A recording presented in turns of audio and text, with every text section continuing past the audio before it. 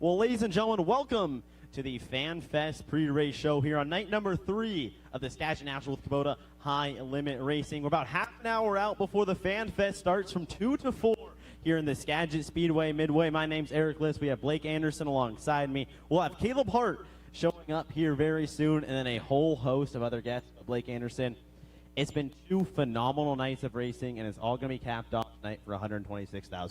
Yeah, Rico Abreu last night picked up his 4th straight Skagit Speedway win. He is on a heater. This place has turned into his personal piggy bank, and that's, I believe, 5 of the last 7 races for Rico here at Skagit Speedway that he's wound up in victory lane. Last year, he cashed a $102,000 check.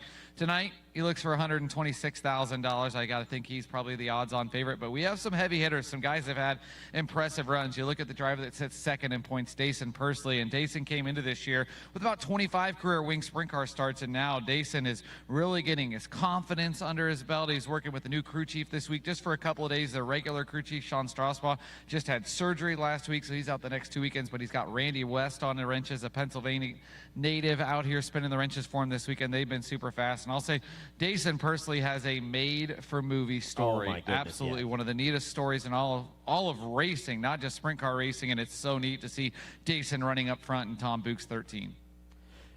And you know what's so interesting to look at that car too and how he's been running? He hasn't been flashy. It's just been consistency, man. Last night, he was high point with Rico to his inside. He was right in there. I mean, that's how he's locked himself into one of those top 4 spots. It's just been consistency. He hasn't been going out and, getting the podiums, but he's been doing the things he needed. He's been qualifying well. He's been running the heat race. He's been making moves in the A-main. It's just been really fun to watch him. He's just been points racing, battling the system and making sure, as you said, times well, picks up a spot or 2 in the heat race. Heat races, we inverted 6, had to get to the top 5 to lock into the main event to get yourself into the invert, and that's exactly what he's done the last 2 nights. And it's Dayson's first trip out here, too, which makes it all the more impressive that he's been able to adapt to Skagit Speedway, because this is a place that we see some guys struggle, and that's kind of one of the storylines I feel like this weekend is the Skagit locals have been flexing their muscles. You look at the podium last night, 2 of the 3 guys on the podium, Skagit cars. Super impressive, especially you look at Tyler Thompson a week ago. His career, he's like, where do I go? I just got fired out of my full-time NARC ride. What am I going to do? Lands in a ride for Skagit Nationals. Ran his family ride last week at Roseburg. Then this week he's in Jeff Needham's 13 car with Brock Lindley's motor and a little mix and match. And he said that's as good as he's felt in a sprint car this past weekend. And Jeff Needham, boy, what a statement for that team. They run a sportsman sprint weekly here. And the last couple of weeks, they've probably been the fastest sporty with Steven Hendrickson. And now here they are, a 410 sprint car landing on the podium with High Limit Racing. That's a really neat storyline to come out of last night. Yeah, that team has just been slowly and improving, and that's when you want to be peaking, is I feel like those big stages, those big nights like High Limit is, like the Skagit National, when $126,000 is on the line.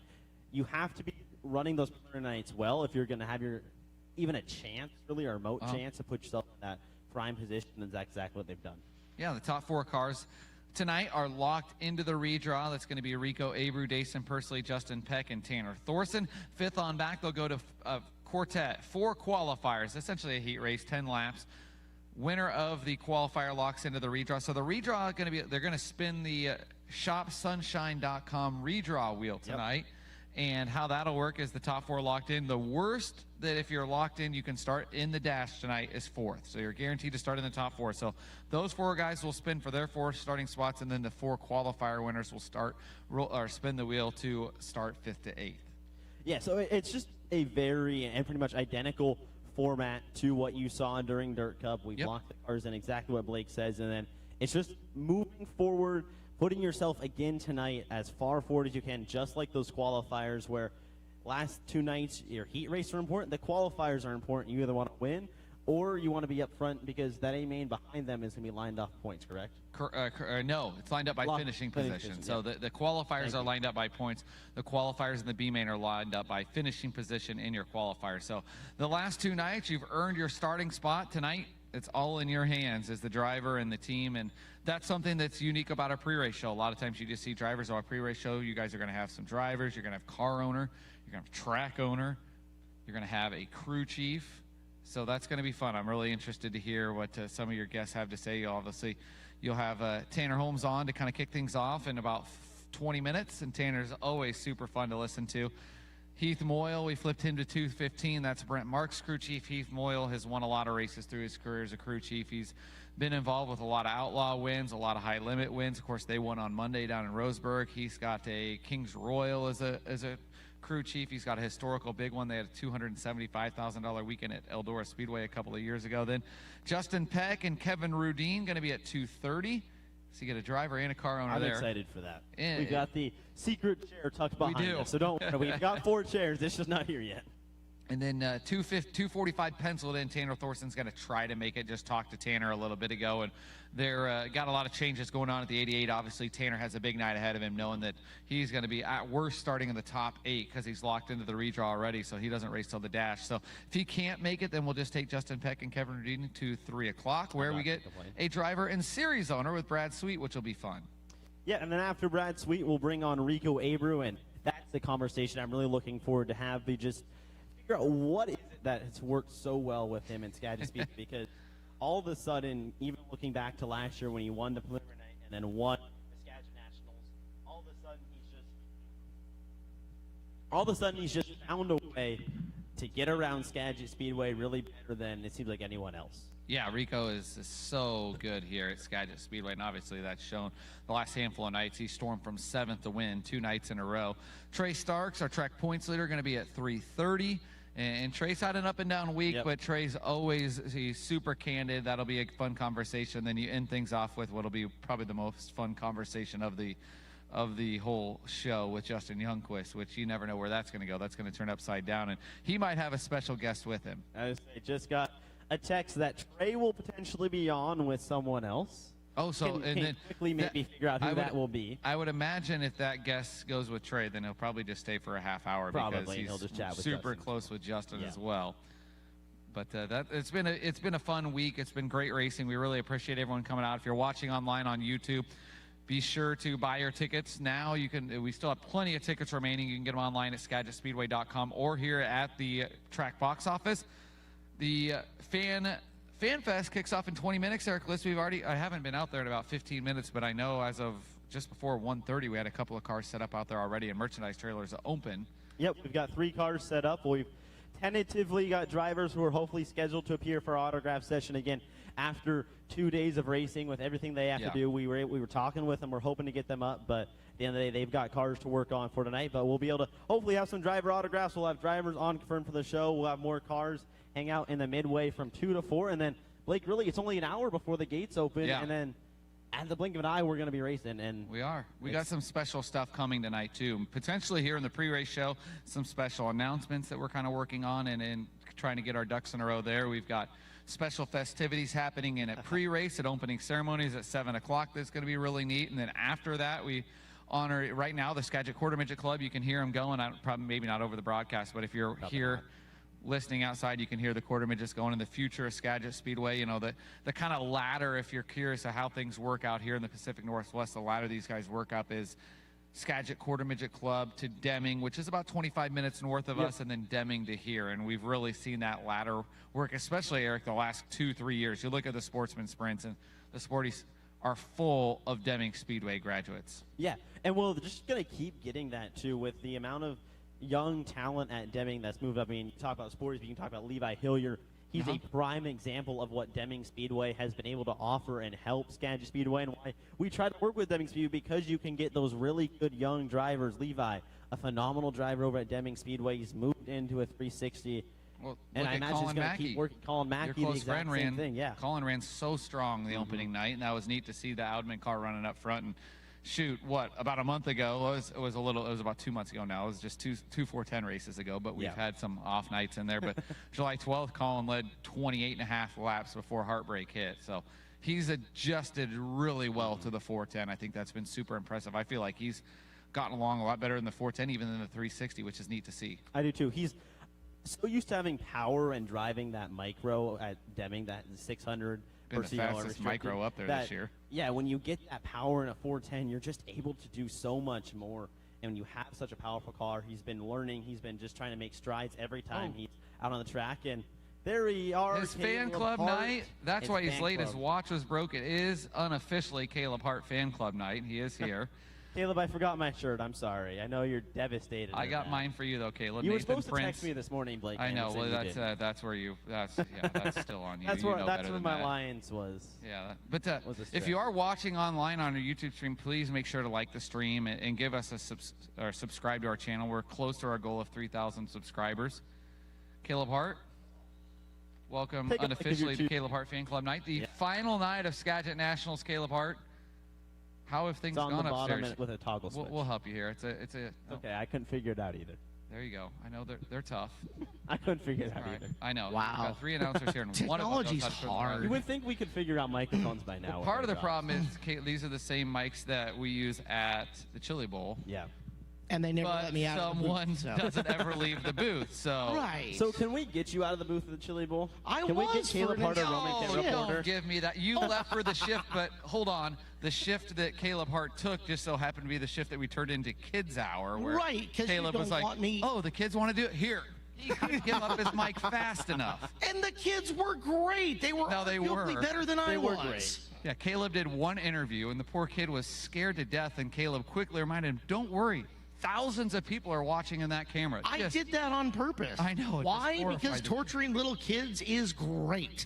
Well, Caleb, we're now live to our Yeah. entire YouTube audience. Hello, YouTube. Nice to hope have you you knew guys that. in with us. When do we start cracking the 210 beers?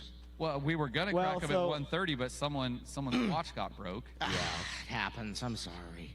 So There I was was traffic. on There time. was- I was on time, so there's no excuse. There was mad traffic on the way up. Yeah. Well, you had to do the speed limit, or else the cop was going to get you and raise some Please funds do for the Skagit anthem. County. Come in Skagit Speedway. We don't want you speeding, and nor do you really want to be paying for that speeding ticket. That's a bad plan. Yeah. Skagit County's taking donations, but if you are watching on YouTube, please watch your speed on 99 when you're rolling into the racetrack, which is great. I mean, honestly, I feel like that needs to happen. We've got a lot of people camping across the street, and there's just a lot of people in the area, so. I said it in the broadcast last night. We've got capacity for 10,300 people here in this building, plus one dog in Victory Lane, right? Yeah. Imagine all wait, of them we got trying third to dog, get too. in. Yeah. They said one dog in Victory Well, Lane. that's You- a dog. Oh, yeah, 2 dogs. Right, Cece can come at any point Okay. in time, yes. I need to get her. But imagine, for those who are not camping, the thousands and thousands of them who have to get in on our one-lane road coming Yeah. down here. So please abide by the speed limit. It's just safer for everybody. Yeah, and it helps. But yeah, we appreciate. We've had great crowds to kick off Yep. the week so far. Good viewing audiences on Flow. I think the Flow broadcasts, from what I've caught, look very good. It has I hate to been. compliment Tyler McKim, but You should though. I know, he's good. You know, really the shooters are making him look good. They do. Dean and Kyle and Nate, they have shot some really good images. They've caught everything. They have. T-Bone's going to be in a good mood today. Ohio State just beat Texas. Did they? Yes. What was the final score on that one? 14-7. It's very Iowa The over-under football-like. really Yeah, well, hammered the under. life's Wow. too short to bet the under. Arch so- Manning really solidified his Heisman campaign, throwing up There was a- 78 passing yards. There was a point was in brutal. time, and when it was up to bet as what would hit first, the over on the score, or if Arch would eclipse it in the passing yards. He had 38 passing yards at halftime. Yeah, Wow. Yeah, so that Heisman candidacy's over. yeah. That Paul Feinbaum you've saying got a longer year still. you do, but Paul Feinbaum saying it this morning that Arch Manning is the greatest college quarterback he's seen since Tim Tebow. He must have missed Cam Newton in there. Wow. But nonetheless, A hot it's, take. it's a good day. We've got college football, so if you're out and camping, college football going, get the grills going. I can smell the grills. How it far smells away good. from Iowa's first win of the year are we? 1 hour and 14 minutes. Not that I'm not- counting, but I got it on. I got to Uh-huh. record it because Okay. we'll be So tied don't up in spoil the FanFest. So score yeah, for don't you. spoil the score, please. I'm- I'll watch it. Tyler's oh, there's coming now. Tyler. Yeah, you heard his What'd name. you do? Boo. Sorry, Tyler. But yeah, I'll watch the game tonight after the races when we get back to the house and I won't spoil that for you. You don't spoil the Husky score for me. deal. All right. Deal. The ASU score for me. They play Northern Arizona tonight. Yeah, we play Alger. You're a graduate now. You don't actually have to have any loyalty to that place anymore. Well, You can go back but, to your- But now we actually have sports that are good, and that Kenny Let's Dillingham use might that actually term build us a relevant. extremely loose. You have you have You're in the Big hold on. Ten- Let me come correct Big 12. on. Let me correct it. He said sports like plural. No, you have a sport. that is good. I heard Which women's is, swimming because actually at the end of the day, awesome I don't even know if we have a sport that. Yeah. Football? Maybe. Yeah, I'll give you football. Okay. But it's Arizona, it's Arizona State. They've got to have a golfer or two, a women's Our swimmer. hockey team's Barry actually, well, Bonds. the hockey team is decent. How does Arizona State have a hockey team and Washington doesn't? That Yeah. makes no Yeah. sense. Eric List, you know, Voice of Arizona State hockey. I was going to Well, say, he added, it's one been of a them. big week for him. I told him on our podcast, I have listened to Eric List call racing. I've listened to Eric List call baseball. I've listened to Eric List call hockey. And on Wednesday, if you missed it, we kicked off the week with the bowling tournament, and I heard Eric List call bowling. Yeah, So sorry. Oh, that was I fantastic. apologize to anyone who had to listen if to you that. didn't make it to the bowling, plan on making it next year. That was a great That was time. a lot of fun. I'll tell you what, our brand new Skagit Speedway bowling liaison, Rick Wilski, fantastic He was phenomenal. job Yeah. there. That was Yes. the best advice you could have ever given me, top tier. Now, he did make my head spin the entire time because I couldn't keep up with how quickly he was adding the scores. But that bowling tournament was nothing short of fun and extra. Like, he was picking up scores before I could even figure out what lane we were looking I told Hager next year we need to have it be hand scored, so that's part of the challenge for the teams. That would be fun. Well, come on, it's bowling. I mean, you're just adding 10 at a time. And the way that Rick bowls, you're just adding 10 and 10 and 10 and 10 and 10. Well, I already got my bowling. If I bowl next year, I already got my partner. Really? Yeah, Who are you he's teaming sitting up about with? 8 feet from you. Okay. Nice. Yeah, We're gonna bowl So, 300 as a team. so Nathan will don't bowl make 200. Nathan- I'll maybe bowl 100. Let's make him an official member of the Skagit Speedway staff first, right? And not just the ringer for bowling. And then we can talk. I've already got my ringer dialed in. Actually, Nathan told me I was his teammate. I was like, I'm not gonna complain about Is that how that's going to go? Okay, perfect. Said, "Hey, Nathan, have you seen me bowl?" Hager's laughing somewhere out there. Probably. So I here's just what saw it's it. going to be, right? You request the little kitty bumpers to come up for when you Absolutely. shoot. Yeah. Lake's just gonna play pinball off the bumpers and Yeah. maybe get a pin Hey, Daddy-O's here. twice. Aaron is. If you've got, we've got. I will say this. I told Aaron last night. I've been to like 190 racetracks. And there's I'll only put one our Aaron? bathrooms up against any dirt track Oh, bathroom in the country. 100%. Caught him Aaron, taking a nap at 4:30 yesterday. I'm not Just surprised. leaned up 'cause against we the were side here of the till building, just way late. But our bathrooms, some of the nicest bathrooms in dirt track racing, and our fans do a nice job respecting them too, and we greatly appreciate that. You know, that was one of the things that was left for us when people talk about Skagit Speedway and what it is today.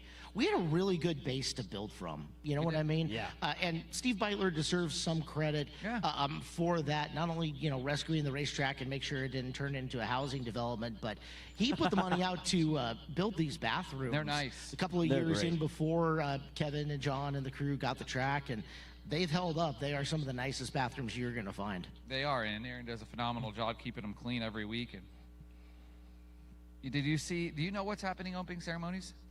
I've heard. Okay. Okay. I haven't got the complete 411 yet. without saying it. Would you do it? No. Yes. Me either. Yes. Okay. Yeah. Nathan, would you do it? Once in my life, yes. Absolutely not. Nah, I'm Because out. you're not doing it by yourself. I don't care. If you're doing, it I only wouldn't has do it to by fail myself. once for it to Yeah, fail it only forever. has to fail one exactly. Yeah. Well, that's just optimistic.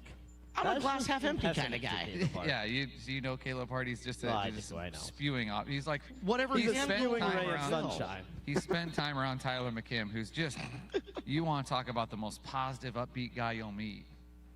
T-Bone? He's a ray of Yeah, sunshine. but his football team won today. He He's did. going to be He'll really happy. Yeah, I don't know, real happy. They only scored 14 points. He'll be happy they Yeah. won though. A win is a win. I know. That's what I And argue that's all the the time. number one team in the country. That's what I argue all the I time. mean, People can give my Hawkeyes crap all the time, but it doesn't matter how you 14-7, win. that would as be long a as you win. blowout in Iowa football, Oh, right? we averaged. We weren't even touchdowns in one week? You can get 2 touchdowns We in were Iowa football? dang near in the top half of Big Ten scoring last year and 77th in offense. We improved 58 spots. Oh. It's like a 40-team division. The top half is like 19th in the conference. But the year before we were, Dead last? last. Go figure.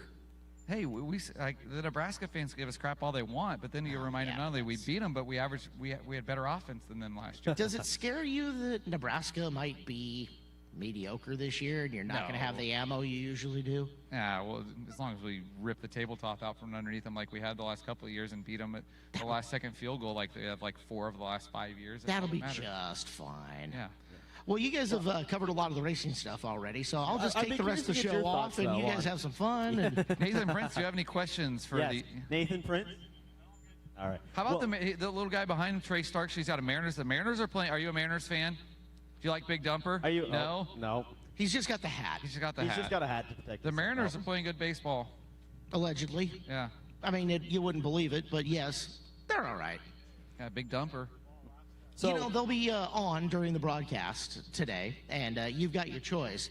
Watch mediocre Mariners baseball or watch $126,000 to win 410 sprint car I am race. going to watch 126,000 to win 410 sprint cars 8 days of the week. Same. me too. I'm excited for tonight, too. Oh, I'm too. excited. I really like the way that this field has sequenced out. There is a really good mix of guys who have been there, done that, got the T-shirt, cashed a big check before, and there's also a really strong contingent of drivers who are looking for that first, hey, I can plant my flag on this win and be remembered forever, that have got some good starting spots coming up for tonight's main event. We talked about at the top of the show. Look at the top 2 in points, Caleb Hart. The points leader.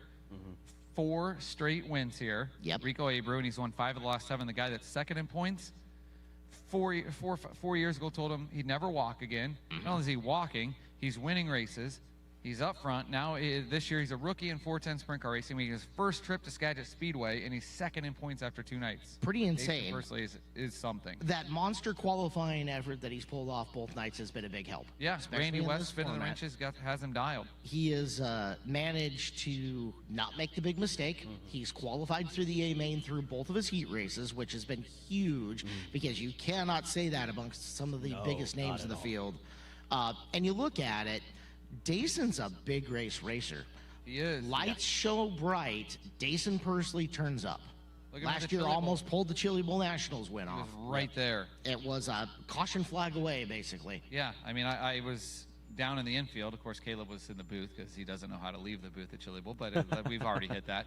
Nonetheless, hit that nail on you the head. could. I walked up. I was the first person to Dayson when he rolled in the infield. Very first person, and the dejection. I'm like, Dayson, buddy, Yeah. you just ran second at the Chili Bowl. Like, I know that obviously we all know that what you're gunning for, but just take a step back and just look at what you accomplished this week. It's nothing short of impressive. You have seen enough big league, major open wheel racing at this point in time.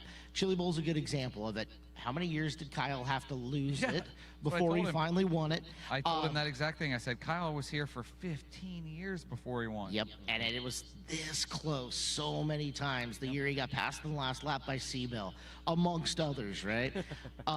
You've seen it in the sprint car world as well. How many runner-ups did Donnie have to pull at Knoxville before Joey he Sal- finally got look it, at- right? Look at Joey Saldana, who ran Yep. second at the Nationals, I think, like 6 times, never got a win. It builds character, and it also teaches you to appreciate when that time does come for that big win. I'll tell you what, Dayson has been right there. Yeah. It's right on the doorstep. It could be tonight. And you know what's I think crazy? it could be. Coming into this year, Dayson had like 25 career wing sprint car starts. And you Nuts. figure he's probably 40 to 50 right now. So still under 100 career wing sprint car starts and working with Yep. a great team that's been very, very fast. And he's starting to click. I talked to his car owner, Tom Book. I text with Tom about every day. Right. And we were texting last night. He said, Dayson's got confidence right now. And you both know, few things are as dangerous as a confident sprint car driver. That is so key. Around here, too, where things happen so quickly, right? I mean, these drivers are reacting off of instinct to begin with. We're a very short, tight little racetrack here that's 0.28 around the middle, right? Your confidence in that quick decision making is right is huge for being able to get around cars, and especially if this race plays out the way I think it is going to be, getting around lap traffic tonight. And again, the confidence that Dayson may have might be the exact right time for him to have it to collect that $126,000 paycheck.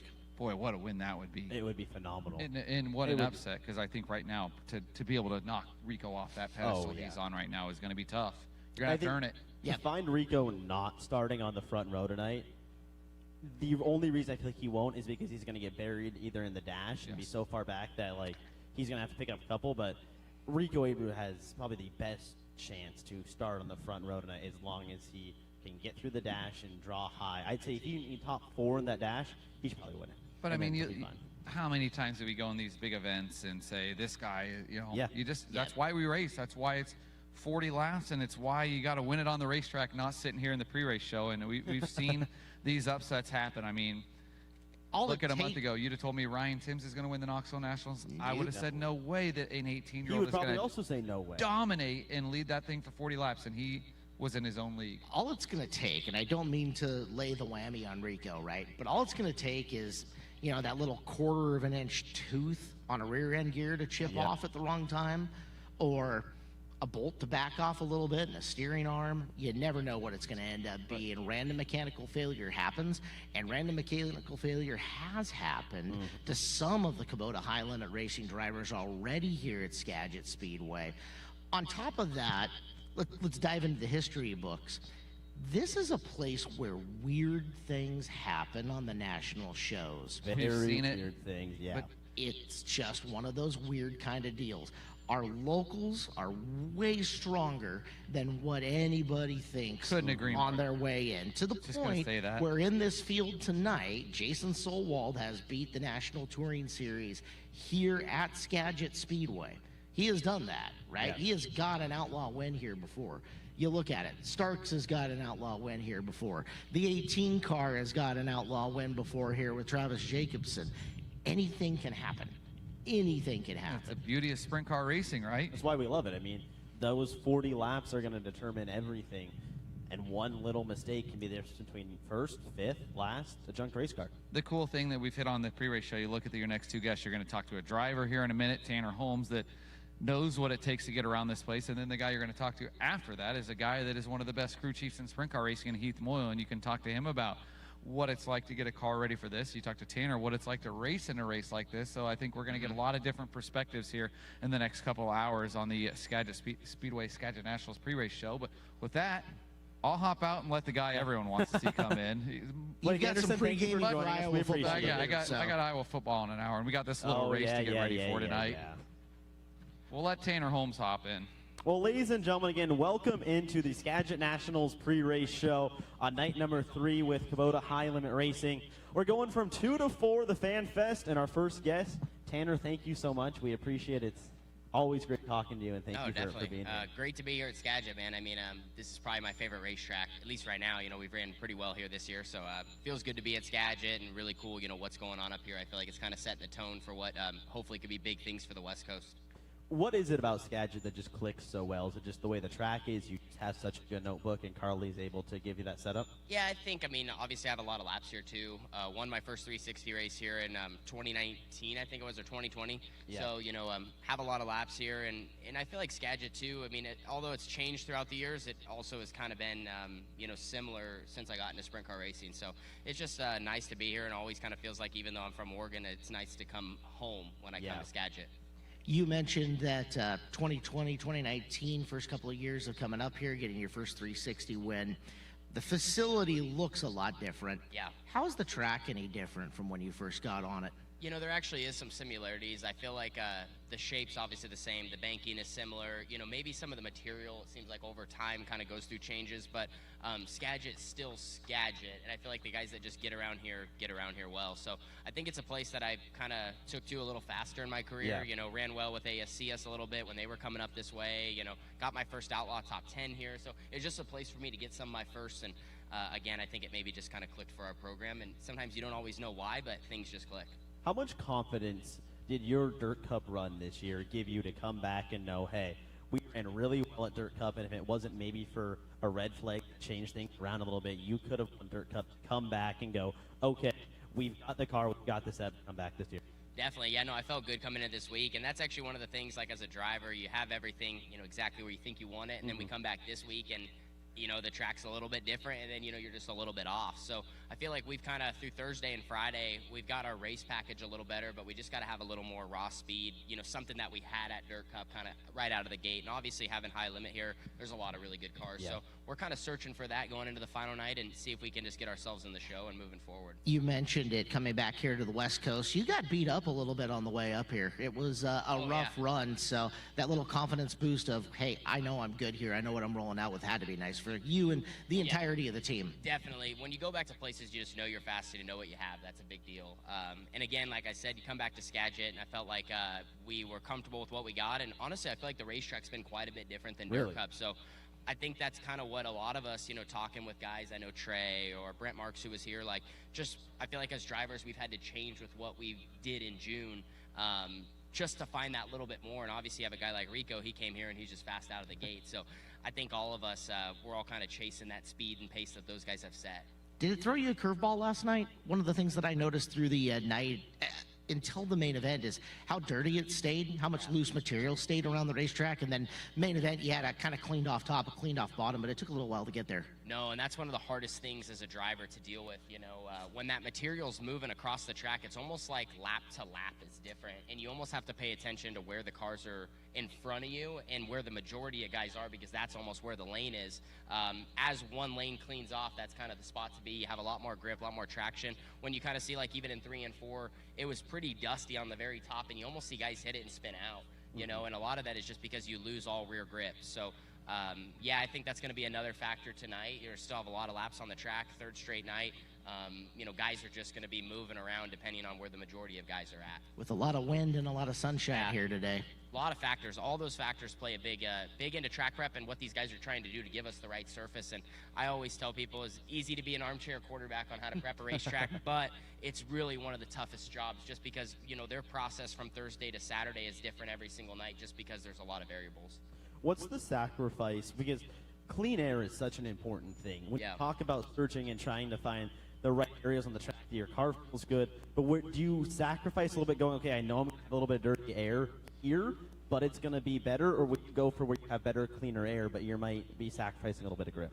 Yeah, I feel like a lot of times in wing sprint car racing, just because our cars are so aero dependent in this era, and I think a lot of it's just because the speeds are so high, we are trying to go where guys in front of us aren't. So if, a couple guys are all, unless there's just one lane that you have to be in. Like last night, I thought a lot of us were fighting for the bottom of 3 and 4, but in a perfect world, if the 2 cars in front of me are down there, I'm trying to go to the middle, I'm trying to go to the top, just to keep my car in its own lane.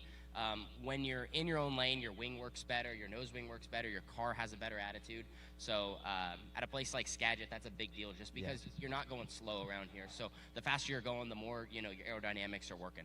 Which is funny because this is a track over the years and talking to drivers, they said this isn't a place where you get any wing speed, but boy, that turbulent air sure does make a difference on downforce on the front and how light the front end feels coming through the corner, right? Definitely, and I have a good example. Like the first night, I was right behind Dominic Selzy, and he had kind of been running low. I was running high, and then one lap, he just shot up right in front of me down the front stretch. Like he had the lane, and all of a sudden, I got stuck in his dirty air just for a corner, and it was crazy. I went in the corner, and my car felt different than the entire race. So right away there, as he moved his lane, then I was already looking to move mine. What's the sensation in the car? Makes the nose feel light? Does that sound about what else does it do? Basically, like the second that car comes across your nose, you lose your nose. So the nose goes up, and a lot of that is just because 410s, they're aluminum block, 1425 is the weight limit. Like these cars are super light. And with all the horsepower, when you're going that fast, the second that car crosses your lane, you basically lose what would be your steering, and you don't have as much control of the car. So that's why a lot of times you'll see guys get an immediate push because they're trying to turn the wheel, but the wheels aren't necessarily on the ground, or the frame and all that is up in the air. So a lot of times that's why you see guys, again, like I said, try to find that clean lane. And usually once you get tight, getting in the corner, then it just disrupts your exit, and you lose your grip, and you lose everything, and it almost takes like a whole half lap to gain your speed back. Is there anything setup-wise you can do to counteract that dirty air? In somewhat you can. A lot of that is just if your car's naturally tighter, you're going to be, I would say, worse than dirty air. So a lot of times that's why, last night we started 16th. We're more mindful to tighten up our race car because right away behind other cars, you already don't have the speed, you don't have the wing on, you don't have the air on your wing. Yeah. So naturally we're just a little bit freer at the beginning of the race because we know until guys kind of spread out, we're going to be dealing with, not being able to run the race that we would like to run. Is that one of those things that you guys go back and armchair quarterback post-race? Not just overall feel and setup of the car, but overall feel and the setup of the car when you're out by yourself versus when you're in behind people? Definitely, yeah, because I feel like last night, if you put our car starting in the top 4, I think we would have finished in the top 4. We were, I think, good enough. Your lap times don't ever show it just because, like I said, you're behind traffic. But I felt like when I got by myself for a second, like my car felt great. It's just everyone is so close in speed in this era too. So like in order to come from the back of a field or run through, you know, like even what Rico's done the last couple of nights coming from 7th to 1st, like that's actually impressive. I mean, that's not easy to do. Can you talk about the collaborative process between you and your sister Carly on car setup, and specifically for tonight where we're going for a longer main event, how you two will go about deciding what you're going to do, how snug you're going to get the car early, and where you want it be in those extra 10 laps of the main event? Yeah, so right now, I mean, obviously we're looking at we're kind of mainly focused on our hot lap session. You know, we have a few ideas with the car that we're going to want to try, and basically you don't have any chance to try anything tonight besides that hot lap session. So we know what we've been fighting all weekend long, which is just a little lack of grip, and just as this racetrack's cleaned off, like not being in the track, we've had a lot more wheel spin than we would have liked.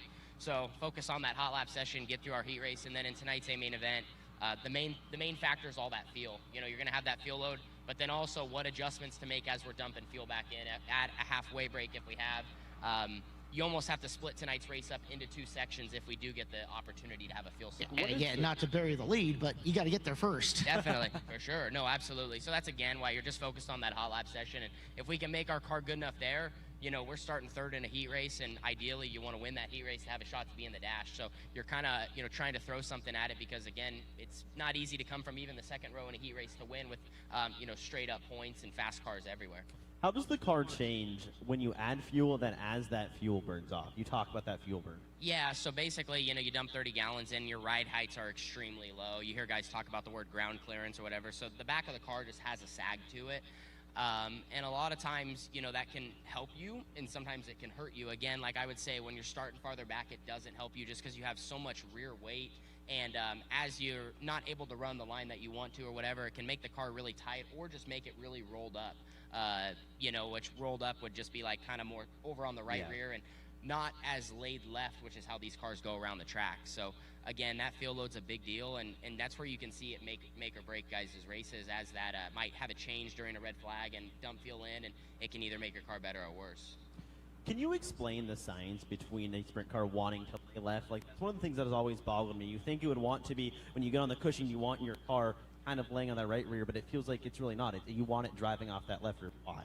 Yeah, I mean, I think a lot of it more is like the word we use is attitude. And like, you know, like the guys that are up front, their cars have a really good attitude. And what I think that looks like is, you know, again, you're sitting on that left rear getting in the corner, but your car is driving very evenly in the back.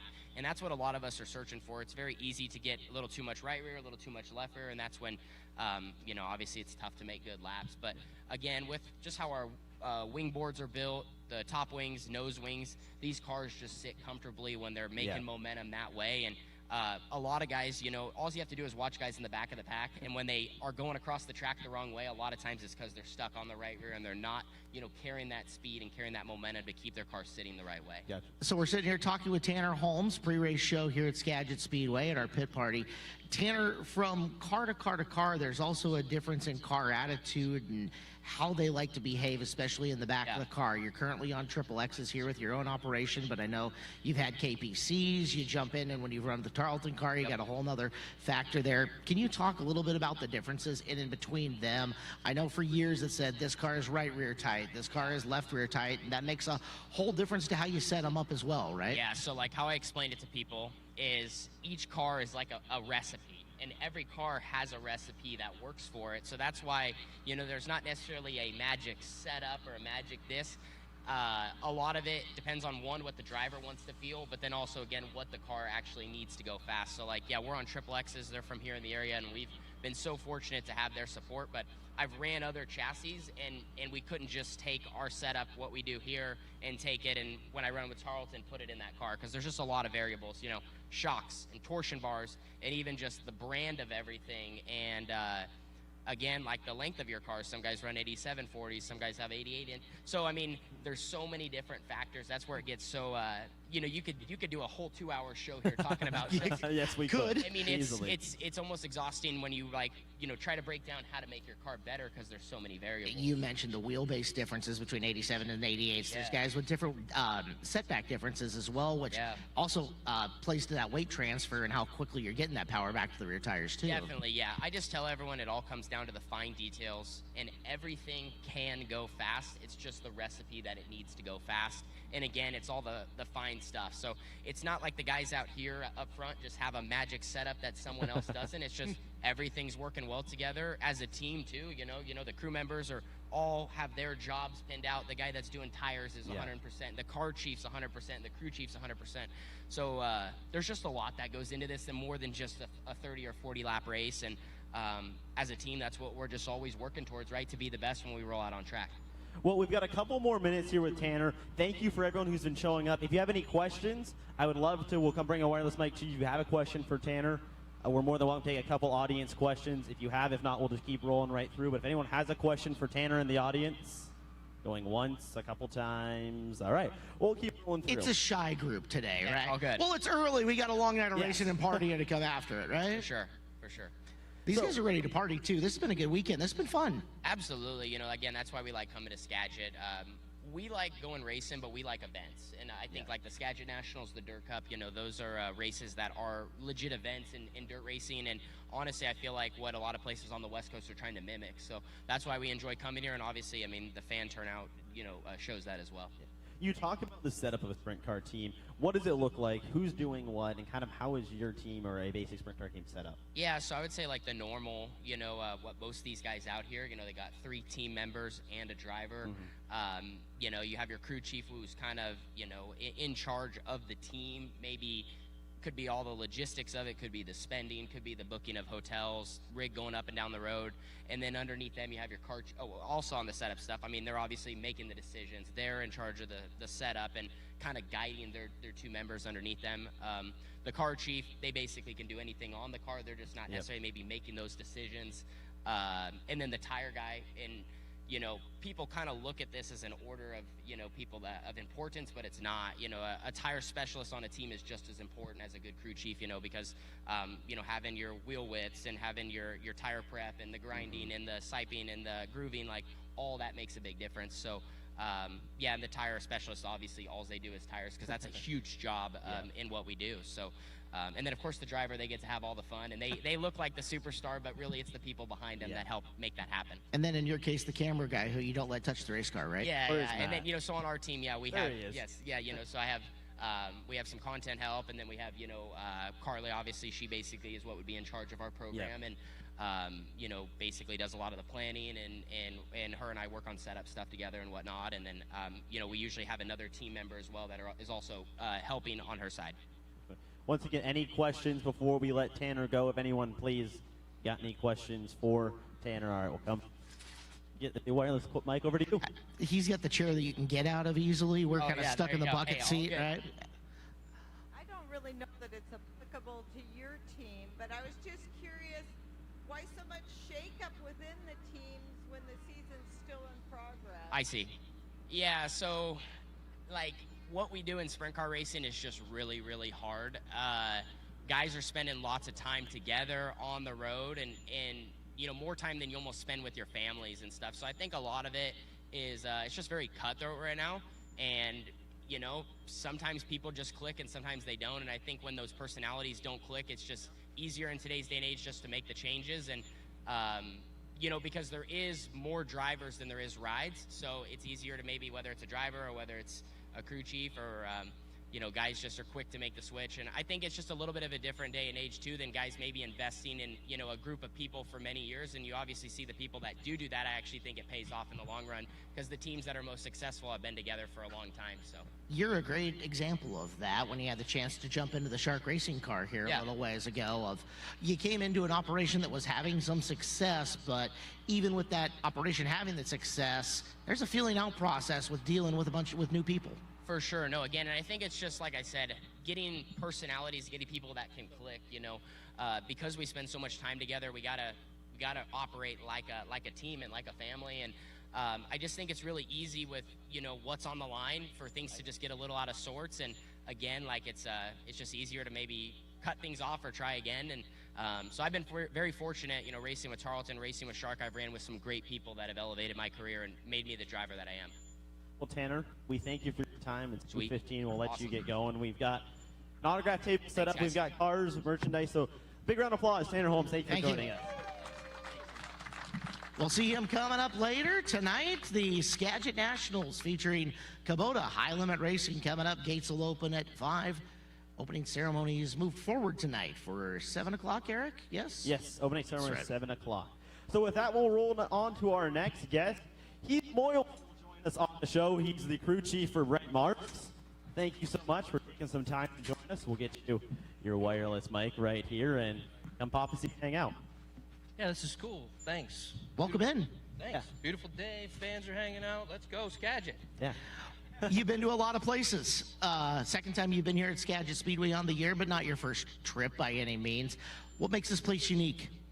I think just the setting. Obviously, I've been coming here since 2011, actually. Long time, Long yeah. time. okay. So I was actually fortunate enough to win back when it was a Monster Showdown, I think it was. The Monster Energy Meltdown. Yep, I was vaguely remember that. Yeah, with Shane Stewart. So I've been coming here quite a many years, and it's always very cool to come back. And obviously, being from Pennsylvania, coming from literally coast to coast. Right.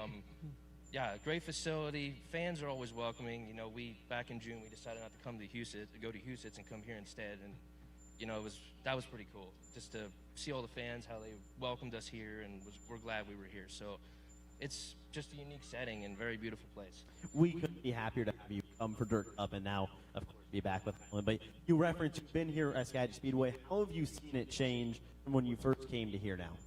Oh, obviously Kevin put a lot of money into Yeah. this, and just the facility and it plays in itself is spectacular. I mean, track stays pretty good and it's tricky, and a guy in my position has to stay on and Yeah. even more top of it, because years ago when you came here it used to be juiced up and get a little rough, but they got that kind of cleared out, and now it's tricky. Like it throws you for a loop because it looks like it's starting to slick off, but also has grip in it, so it's a tricky place to set up for. We'll have a lot of time to talk technicalities of what you're doing, but the crew chiefs, the crew guys, they don't get as much attention. A little more recently, but not as much as the drivers do. Give us a little backstory on your career. Where'd you get started? Who'd you start working for, and how did you end up here? So actually, I started on a 360 team back in Pennsylvania. Just was in the pits one day, and this guy's dad just started yelling at me. No idea who he was. I didn't know. Some car owner somewhere. Yeah, and he said, put fuel in the car, and I didn't know whether to cry. Like, I was that young. I didn't know whether to cry or put fuel in the car. So I put fuel in the car, and I ended up working with a guy by the name of Davey Franick. Okay, no Yeah. panic, Davey. For Yeah, no panic. There you Yeah, go. I called him schizophrenic because he was a driver. So that's where we ended up at, and New Jersey-based team? New Jersey-based That's team. right, okay. Yep. And we started traveling a little bit more, and I'm like, man, this is cool. So I'm like, I'm gonna see what I can do, and I put my name in a couple outlaw teams at the Williams Grove National Open, and up with KKR in 2011. Oh, wow. Yeah. And Back in the day where a crew guy got a couple hundred a week in room and board, right? yeah, like coming out here now with the way things are, I wouldn't have been able to do it with now with the way everything is. So. Things have changed on the fiscal scale of that pretty significantly, and especially in the last few years, haven't they? Yeah, like it's crazy. Like I don't know. Like Tanner said about guys like it's easier to make a switch. Well, it's not that easy anymore because like you don't have the guys wanting to come out here like you used to. Sure. That's really hard. And then you need to find somebody with a CDL that wants to come out here. So like you think about it, we have a 45-hour trip back home. Right. So, and that's coming up to get to port by Thursday. So it's tough. Like you need to find somebody that's more mentally strong, I think. Really? Yeah. It's almost a requirement to have a CDL nowadays that you can have multiple guys on your team who can drive the trailer. Well, it was way easier back in the day because you could flog your logbooks. Now you can't with the ELDs. Gotcha. Everything's electronic. Thank so, you, government.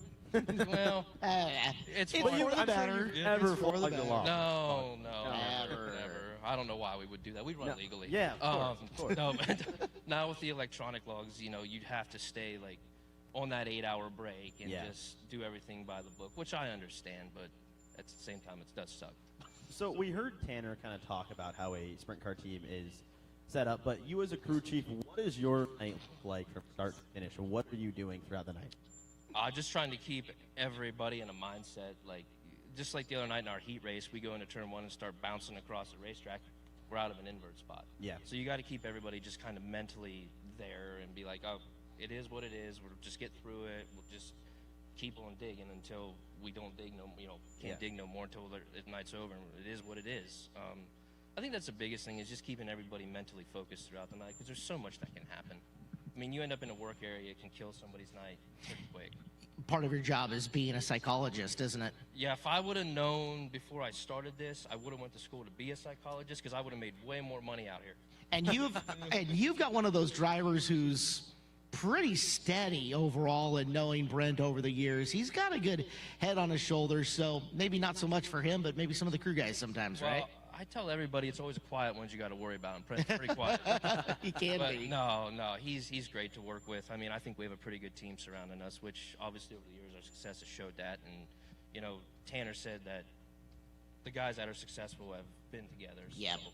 and I think that's a big thing. Like, everybody wants to move up. That's the hardest thing. Like, you're not gonna, if you want to move up, you're not gonna be a tire guy forever. So. Do you feel that's one of the strengths of your program with Brent, is the consistency of everything? Yeah, it has to. I mean, look at Donnie Schatz, right? He Yep. won 10 straight championships with him and Ricky. Right. And Scuba, and and look at Eric and Brad, back on the Outlaw Tour and the High Limit Tour. Like, it was 6 straight titles for them. So consistency in programs, consistency in people, consistency in communication is probably the biggest key. Talk to me about your tire guy real quick. And I say that because Tanner hinted on how much work the tire guy has to do over the course of it. I don't think anybody the general public knows how hard it is. Those guys have to, how many tires they've got to inflate and deflate to get the stagger you're looking for on a night. And honestly, like, a lot of these, I say a lot, but some people look down on the tire guy position. To me, it's most important. Like, so if you think about it, you couldn't change a bar throughout the night. You're always changing tires. Yep. The track is always changing. It's the most important spot on a team in my opinion. So not to give up the company secrets, but over the course of the night, as you're adjusting on things, you're throwing different wheels, different tires at it more often than you say you're putting a turn in for weight or making an adjustment on a shock. Sometimes you don't even have to put a turn or shock in anything. Right. Change wheel offsets, change stagger. That's how important tires are, and I think sometimes people forget that. Based on attitude of the race car, keeping up with the racetrack, a bunch of different factors. There's a bunch. I mean, back at Dirt Cup here. Yep. Whenever that fog rolled in and the racetrack came back, Yep. I was sitting on the front stretch and I'm like, we were way too tight, and we were. Right. We needed more stagger, and that's as simple as it can be. Which has got to be irritating as a crew chief, because you get an open red. What's the one thing you can't do? Change tire. Yeah, exactly. And you can change spacing load, which we did on the front stretch one time at Williams Grove with no jack and about 6 of us. But it can be done, but it's not very healthy. I'll put it that way. All right, Fudd, you on the front, me on the back. 1, 2, 3, lift. Yeah, exactly. Oh, and then hernias all around. No kidding. So what are you searching for when you're changing tires? What type of feel is the driver looking for? So, like, Tanner kind of touched on it, kind of like the stay and left type of feeling. Like, you get a tire that'll just stand the car up. And, like, you talk about dirty air, and especially, like, here, I think this place is so round where, like, your car is always loaded left and winged down. So, dirty air is more critical, because when someone does slide in front of you, braking momentum, you start to see the left front come up off the ground. I just noticed a T-shirt out here. You just now saw Mel's shirt. I know that a couple minutes ago. Yeah. But yeah, so like, when he talks about braking momentum and slide jobs, like, anybody can, if you know what you're watching for, you watch somebody slide coming out of 4, and the guy that they're sliding, the left front will come off the ground. Yeah. So basically, it breaks all the momentum, the right rear falls, and then that's when they talk about attitude and dirty air. Like, you want the car to stay more left instead of so stood up. So as a crew chief, then, what are you doing to combat dirty air a little bit? Anything? Pray we stay out of it. Like, it's Go lead 40 laps and never get to track. Yeah, exactly. Like, it's so hard on like these. Like, that's why bull ring racing, I think. So I come from the land of half miles, but I think bull ring racing is way more technical, because like in half miles, you kind of have to, like, if you watch Williams Grove, you watch guys kind of get down the straightaway and come back up in the corners. Yep. That's to keep their wings in clean air. But whenever you get to a place like this, you don't have that option, because everyone's all over the place. Right. Like, everyone's just searching for that little bit. It's a interesting perspective coming from Pennsylvania, because again, you do have so many half miles out there, and then there's a couple of tracks that the 410s Lincoln's not exactly a small track, but it's not big either. It's almost right in between. And it's a place that Brent ran pretty extensively before coming out and on the road, and I'm sure you've got a lot of crewing experience. Is there any place that you can take and compare to Skagit Speedway and use those notes? Probably a little bit of Lincoln, I would say, just like a smaller type of Lincoln. Shape-wise, Okay. it looks similar. Shape-wise, but it's not as round. It's also got that really interesting red clay that races really nice. Yeah, and it's a pain to get off, too. Yes, it is. On a white race car? Yeah. Yeah, no kidding. So that's why he's been white and red for the last Yeah, little bit. so, I don't know about PA, but traveling definitely gives you that experience. I mean, Right. because like I said, this place just races so round. It's like I don't know, like a mini bull almost. It's kind of weird. It doesn't quite show it, but the way like he explains it, like that's what it kind of races like. Okay. And where, success in his career, Pennsylvania champion, he's won at Williams Grove, he's won at Port Royal, he's done all that stuff. He's got the Kings Royal win. He's been the Knoxville National AMA starter. So much of the big tentpole race wins that the program has put under its belt have been on half miles. So nice to get that bull ring in and maybe tonight take a big check from a bull ring. It would be nice just to actually us winning in Douglas the other night kind of gave us a little bit of confidence. That's the first win he's ever had on the West Coast, and honestly, we would have been good at Chico too had we not gotten the flat tires. So he's starting to figure it out. Well, I'm starting to figure it out as well.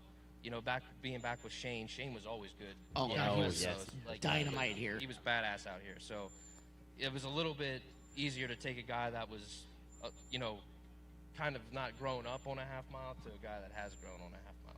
So, Do you think that's been the biggest adjustment for Brent? Is just smaller track size? Why there's been some of that struggle on the West Coast?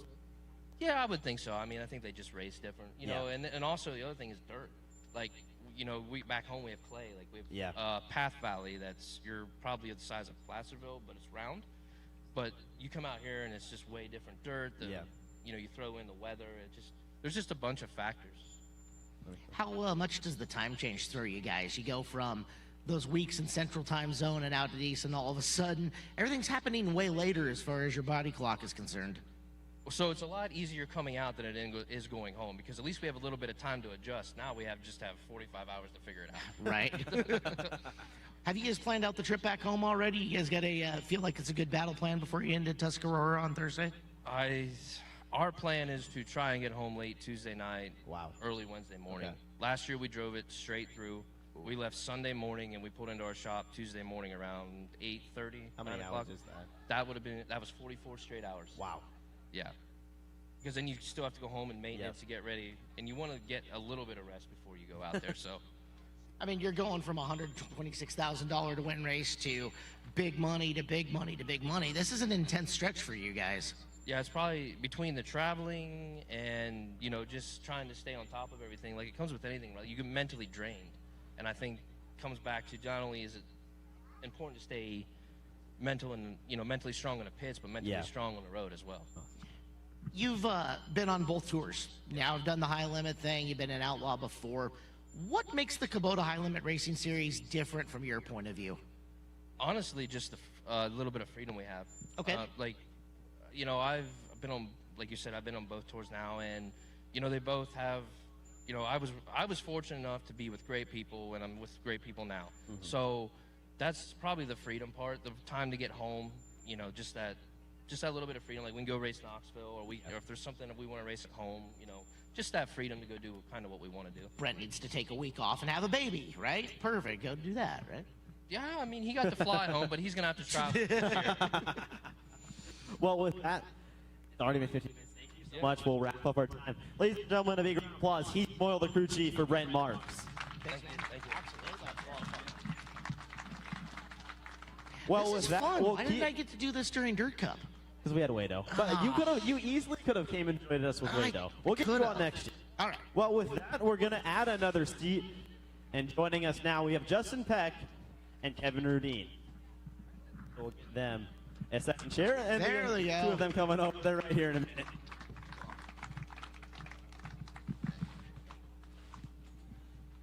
Hey, boss. Oh, you got a chair already, huh? Oh, yeah. We're set. Come on in.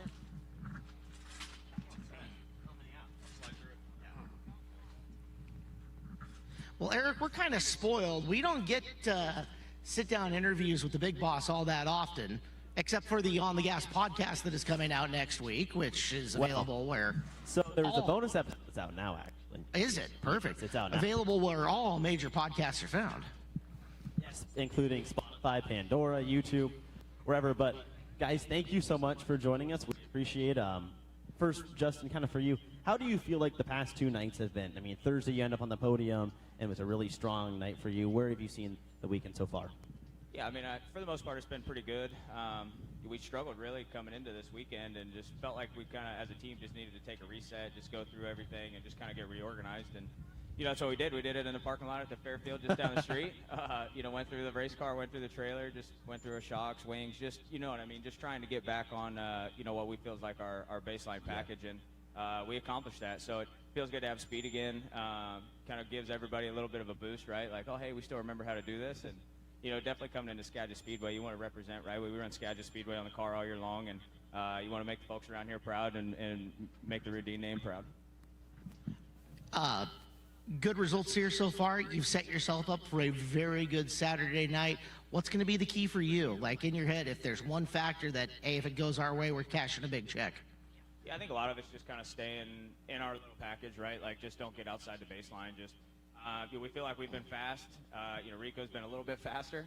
So I think, and that last little tenth is the hardest thing to find. I mean, we feel like we've done all the I'm going to call it the easy stuff, but it's all the big stuff, right? Like, we found the big chunk of speed that we needed to find, and now it's just a matter of fine-tuning. So it's just going to be about making the right decisions on the racetrack and then making the right decisions on the race car before we hit the racetrack. So got to get through this draw here, get through the dash, and then just pick the right lanes at the right time and try to maneuver through traffic as best as we can, and hopefully we find that little bit of speed to come out on top.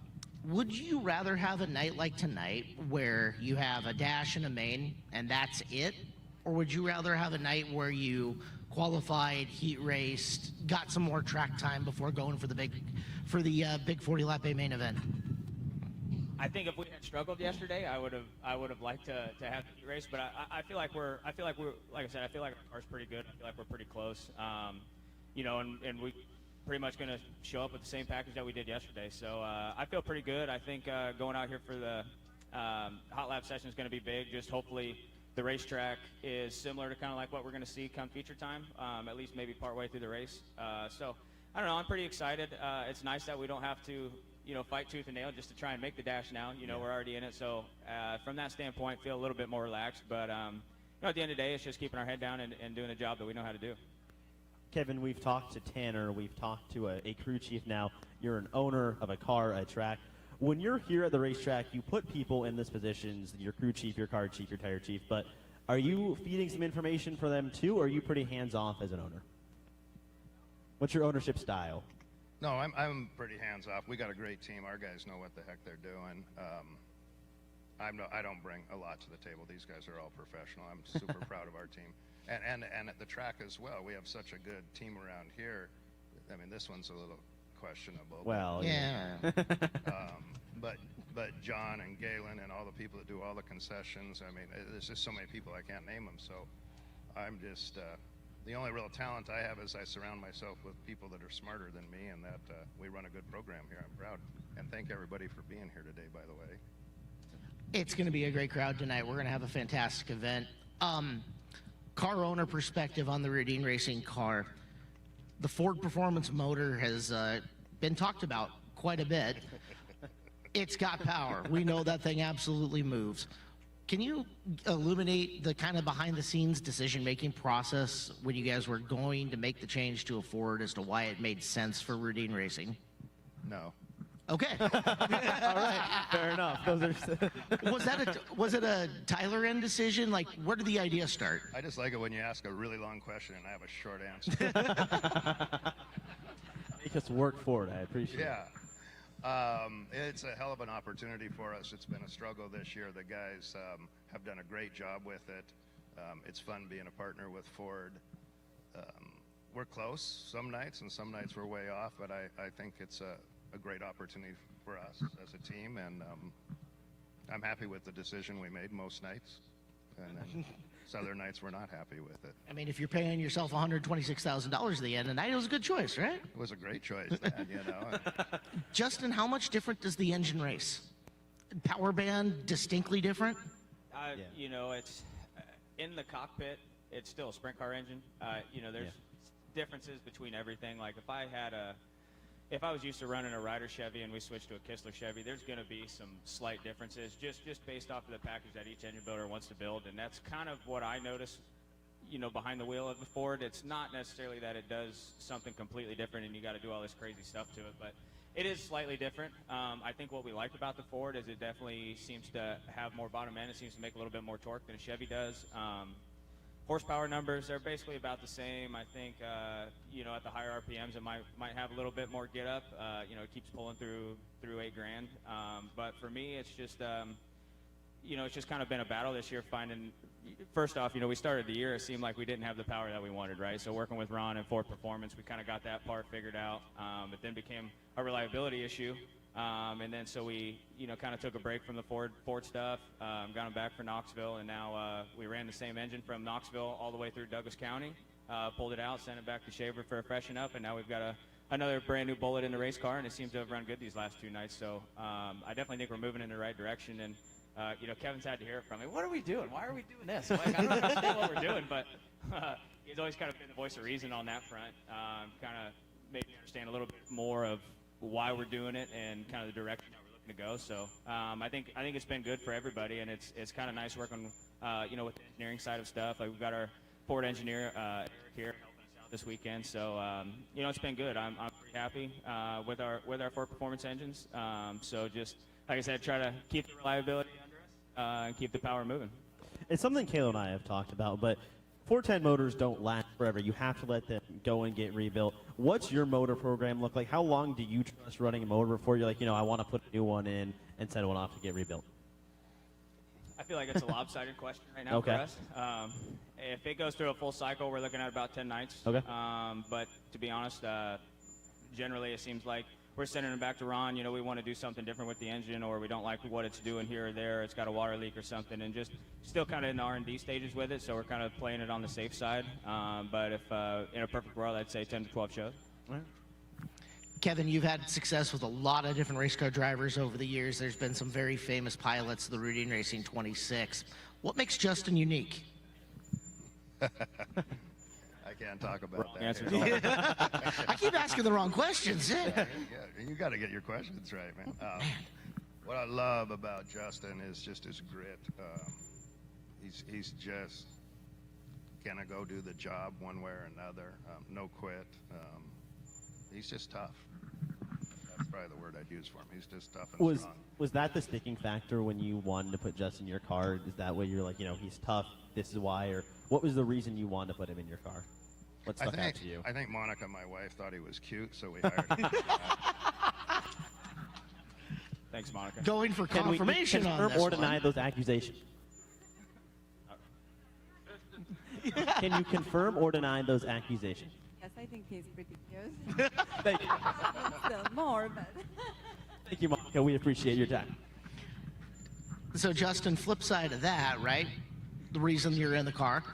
What has made this Routine Racing ride the opportunity it's been for you? What were the things that you looked at and went, oh yeah, I absolutely have to take this? Well, for starters, I mean, I've raced around the Routine car for a while, right? Like as a competitor, and they always seem to have the nicest stuff in the pit area. So that's an obvious, right? But I think on the flip side of that, you know, what it really comes down to, you know, it's just the people that we have surrounding us. I mean, we've got Tyler and Brandon and A-Rod.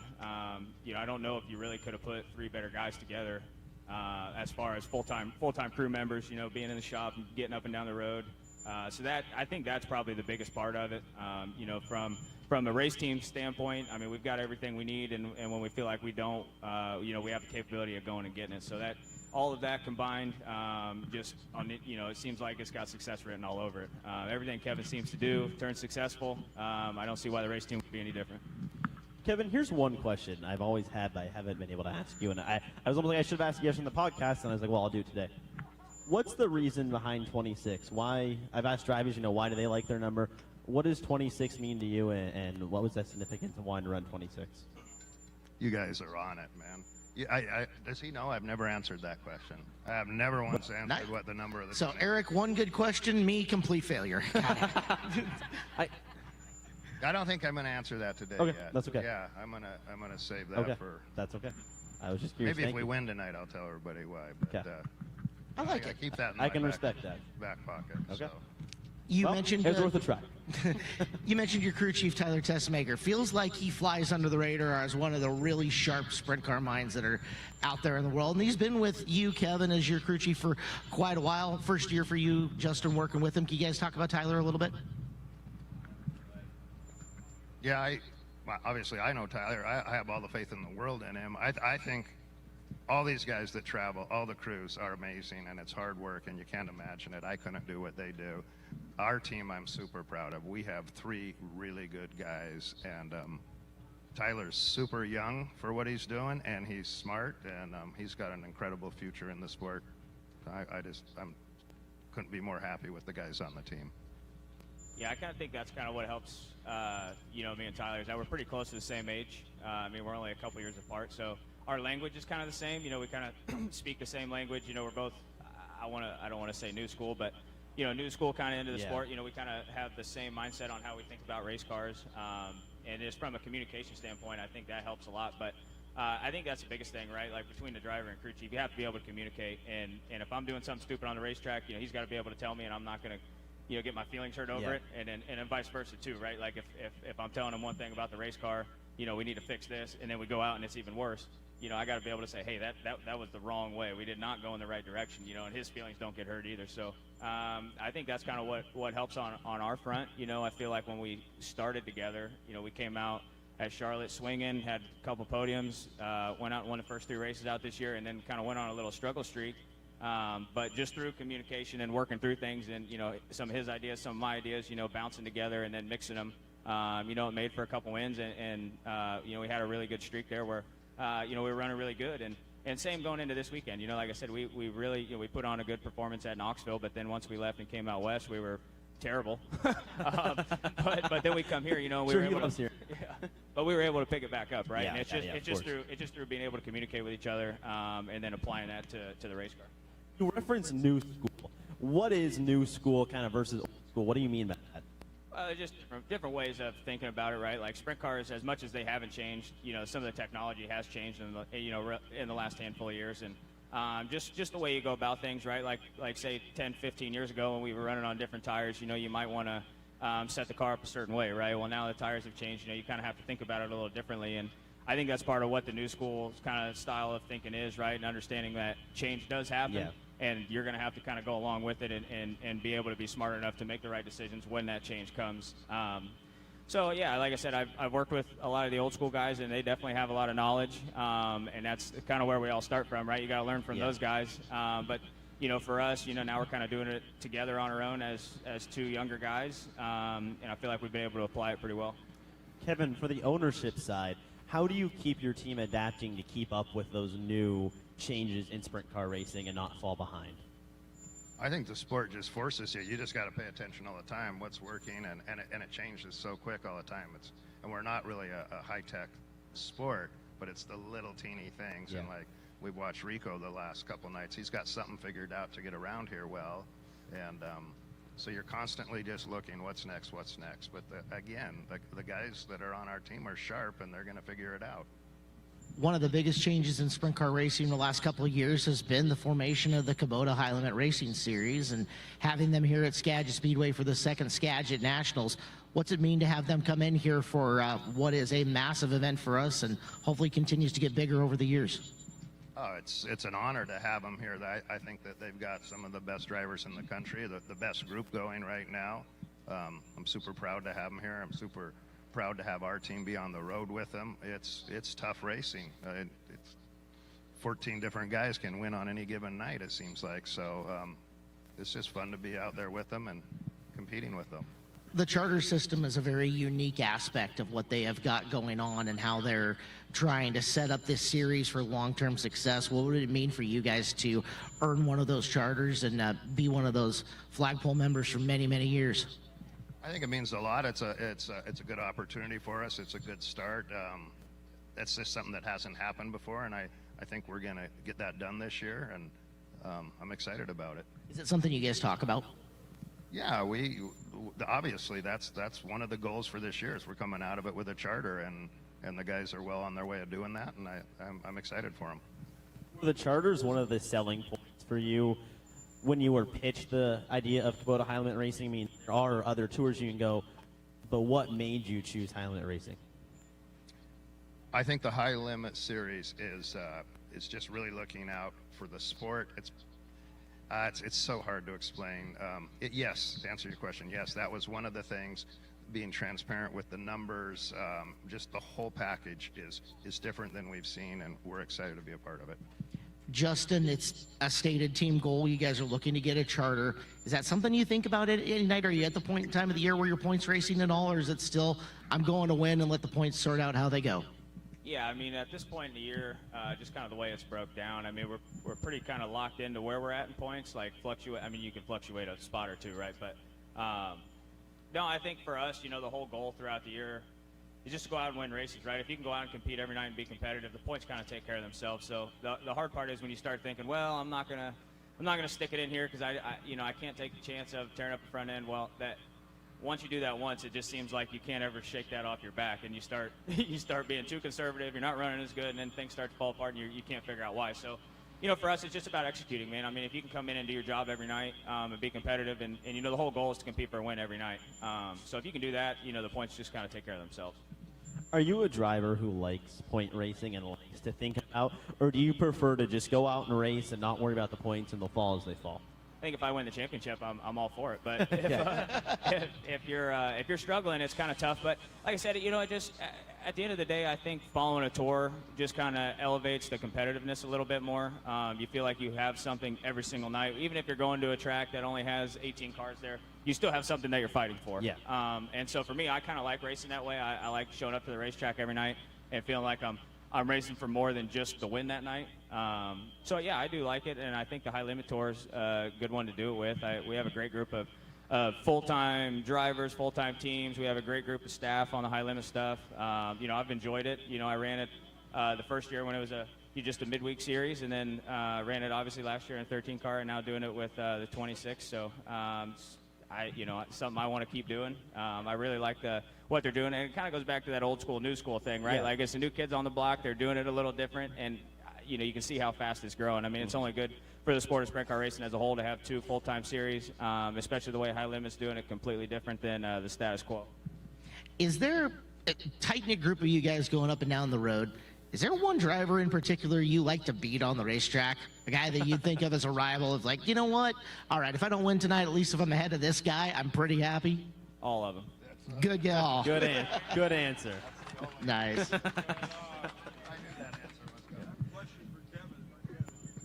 As long as Kevin, are you okay with Take taking question? questions? All right. All right. So we'll take a couple questions. First off, I'd like to ask Kevin, first off, I'm really tickled with what you've done with Skagit Speedway here. Thank Can you. you tell us anything that might be coming in the future? Anything that's been coming in the future? I think just more of the same. We're going to keep trying to improve the facilities, get the big races here, raise up the purse, and the most important thing is support our weekly guys, increase that those purses for that, and yeah, we're just staying on the same path right now. We're not anywhere near done where we want to make it. We announced yesterday that we have put out over $1 million in racers' hands this year at Skagit Speedway. That is a really cool number, and it's got to be a source of pride for you. Yeah, I think that's one of the things that I like is just getting the purses up to the local guys, making it so they have more ability to race, and make it get that money to the local guys. And the big races are important, but we got to support our weekly guys. Does anyone else have any questions for Kevin, Justin?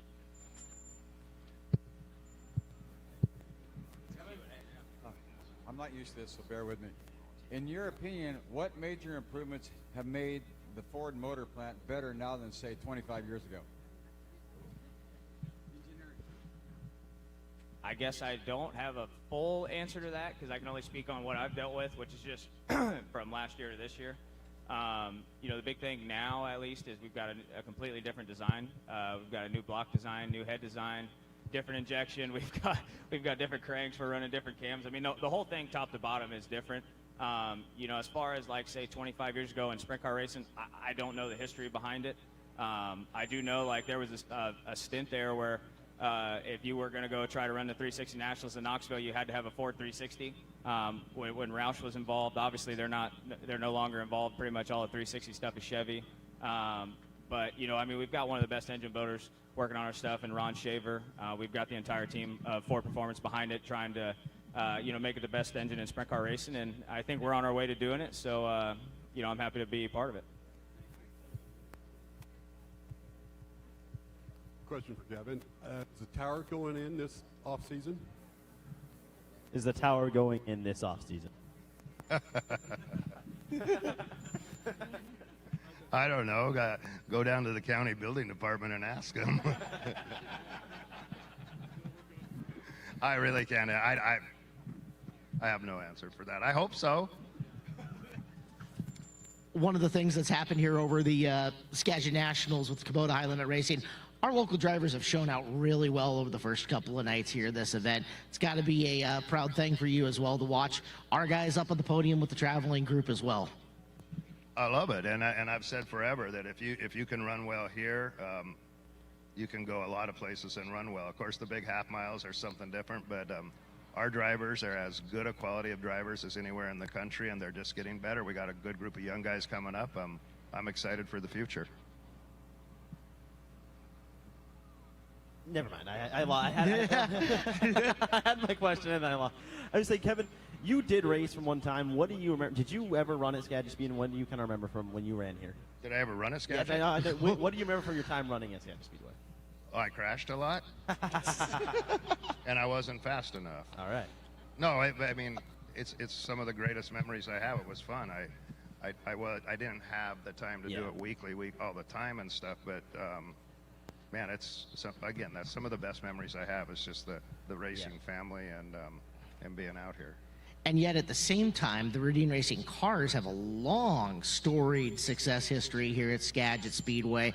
Behind the early days, Jimmy Carter, yourself, Matt Steinhauer for a little bit, and then the weekly run of guys that you had field, heck, all the way down to Taylor Malsom there for a little while, coming in and having the success that he did. So, the 26 cars have always been fast here, on top of winning every major event that we've ever had a chance to put on. Dirt Cup winner, obviously here this weekend, the 26 car's been in victory lane with Sam Hay for Team Giner before, and hopefully tonight we'll be talking about Justin Peck taking home 126 grand, huh? I like that. What will it take for you to put yourself on the top spot of victory lane come tonight? Yeah, I think it's just mostly executing. Like I said, for whatever reason, Rico seems to have just that little edge on everybody else. I feel like, this weekend we've kind of been the second fastest car behind him. So it's just a matter of making the right adjustments at the right time, moving around once the lines change. I mean, we're going to run a long race here tonight. I'm sure there'll be some track prep going into the feature. So just picking the right lanes at the right time, getting through traffic, I think is going to be key. It seems like we kind of stay stagnant, whatever our gaps are between each other till we catch traffic, and then it's game on, and everyone's racing in dirty air, and the track starts to get dirty and lines change. So just staying on top of that, keeping your eyes peeled, and just bobbing and weaving. How would you describe your driving style during a 40-lap A-main event? Cautiously aggressive, Okay. maybe. It's tough to say because, for the most part, I always feel like just going out there and sending it and gassing it is the way to go. But especially the way the track has changed these last 2 days, once we catch traffic, it kind of dirties up. You kind of have to start being a little bit more finesse and just kind of being patient once you get to traffic. You don't want to put yourself in a bad spot first off, but you also got to be able to understand aero and understand how to set gaps, kind of get at least a half a wing inside or outside of a guy just to kind of keep the downforce where you need it to be. So, I'd say, these first handful of laps with us starting up front, just kind of saving tires, kind of keeping the tires underneath of us, making sure we can be there at the end. I mean, that's going to be the key, right? So if we can do a good job here, stay around the top 3 here early, pick them off as we can in traffic, and just be there at the end. That's going to be huge. Have you pulled much from your notes during Dirt Cup, and has it applied well this weekend? Yes and no. I'd say that our car is quite a bit different and quite a bit the same all at the same time, right? Like we're running a little different engine configuration right now, which I think is number one. Number two is just our overall baseline setup is pretty close to the same, but it's a little bit different just with the track conditions. So I feel like last night it was quite a bit slicker than we saw at Dirt Cup. First night was pretty fast, kind of like we saw at Dirt Cup. So we didn't really change a whole lot from first night to last night. But maybe tonight we'll just kind of see how the track transitions and maybe have to jump away from that notebook. Oh, sounds good. Justin, if there's an X factor tonight going into this 40-lapper, what do you think it is? I don't know. I guess I don't know. We'll just have to wait and see. That's the hard part about sprint car racing is you have this great game plan, and then once you take off out of 4 on the start, that game plan just goes out the window, and you have to try something completely different. So we'll just have to wait and see. Like I said, I think the biggest thing is just going to keep your nose clean, early and try to get through traffic as good as possible. I think that's going to be huge, and I think once it gets to traffic, you'll probably see 5 cars under a blanket all going for the same spot. Tanner talked about it in the first interview. How important is having your car for Dirty Air tonight going to be for you? Yeah, it's going to be pretty big. I'm a kind of a firm believer. I feel like if your car's pretty good, you're going to be able to move around and do what you got to do, whether it's in clean air or dirty air. Obviously, that changes. It's kind of circumstantial, but we've got come the future night, we're going to have 24 great drivers and great teams out on the racetrack, so everyone's going to be pretty close, and that's kind of the hard part about sprint car racing right now. It just seems like everybody's within a tenth of each other, or at least a tenth and a half. So just finding that last little bit of speed is tough, and that's probably what it is, man. That last little bit's just being able to manipulate through dirty air. Last night, I don't ever remember having a 28-car field here in an A-main event at Skagit Speedway. That was a lot of race cars. Did you feel the additional traffic out there? Not really. I mean, we started 13th, we got to 6th, so I never really got to the back of the pack. But, I bet if I start 24th, I'd have noticed. Yeah, no kidding. Also last night here in the building, we had the Race Routine Foundation. We were lucky enough to have them both Thursday and Friday, Kevin, and really cool to have them out here making an effect and educating more people on the disease of addiction. Tell us a little bit more about how that came about and what the foundation has got coming up. Well, I can't speak to all the plans that they have.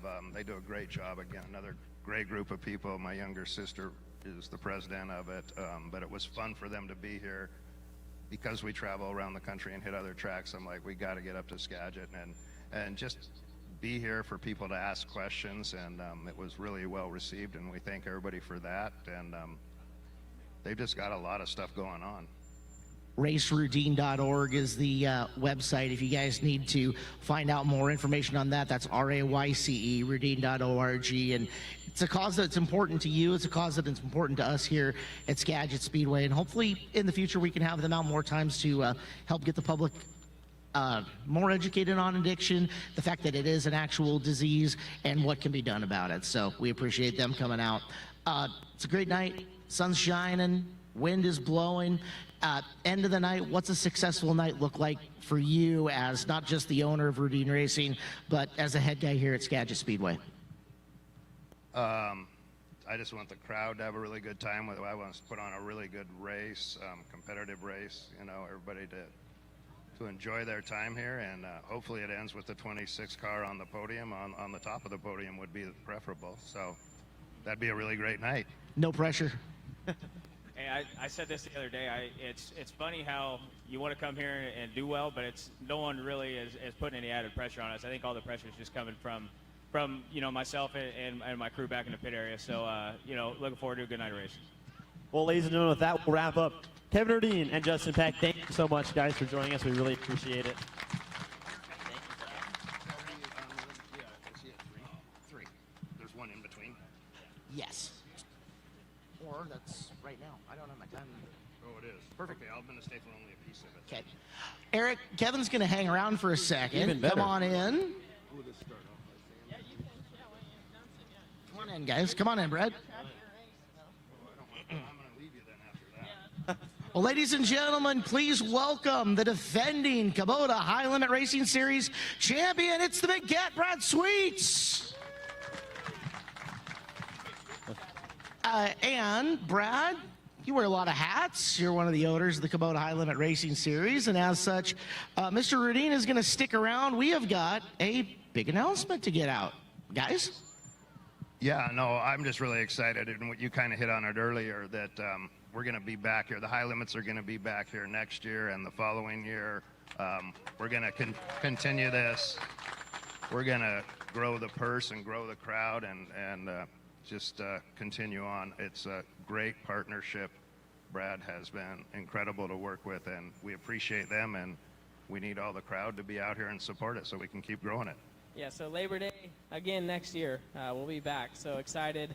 Obviously enjoy working with everyone here at Skagit. Kevin's put together an amazing team, and yeah, this is a no-brainer for High Limit to get up here. Amazing fans, amazing weather, amazing racetrack. So just always enjoy coming here and you know, seeing this event keep growing year after year. It's been amazing, and the money that's on the line tonight is truly amazing and impressive, and just can't thank the Skagit staff enough for the hard work. Kevin, in particular, for the behind-the-scenes stuff that takes place to put these events on. So, yeah, we're excited. Labor Day weekend, 2026. Who knows how big it'll get? You know, with this guy right here, he's gonna only keep making it bigger and better. So go home and tell all your friends, you know, how much fun we have here each year. All right, so you heard it. Kubota High Limit Racing will be back Labor Day 2026 for more purse and even more fun coming up for years to come. I'll let you have Brad now. I'm not that exciting to talk to. But again, thank you've you, been everybody, for being here today.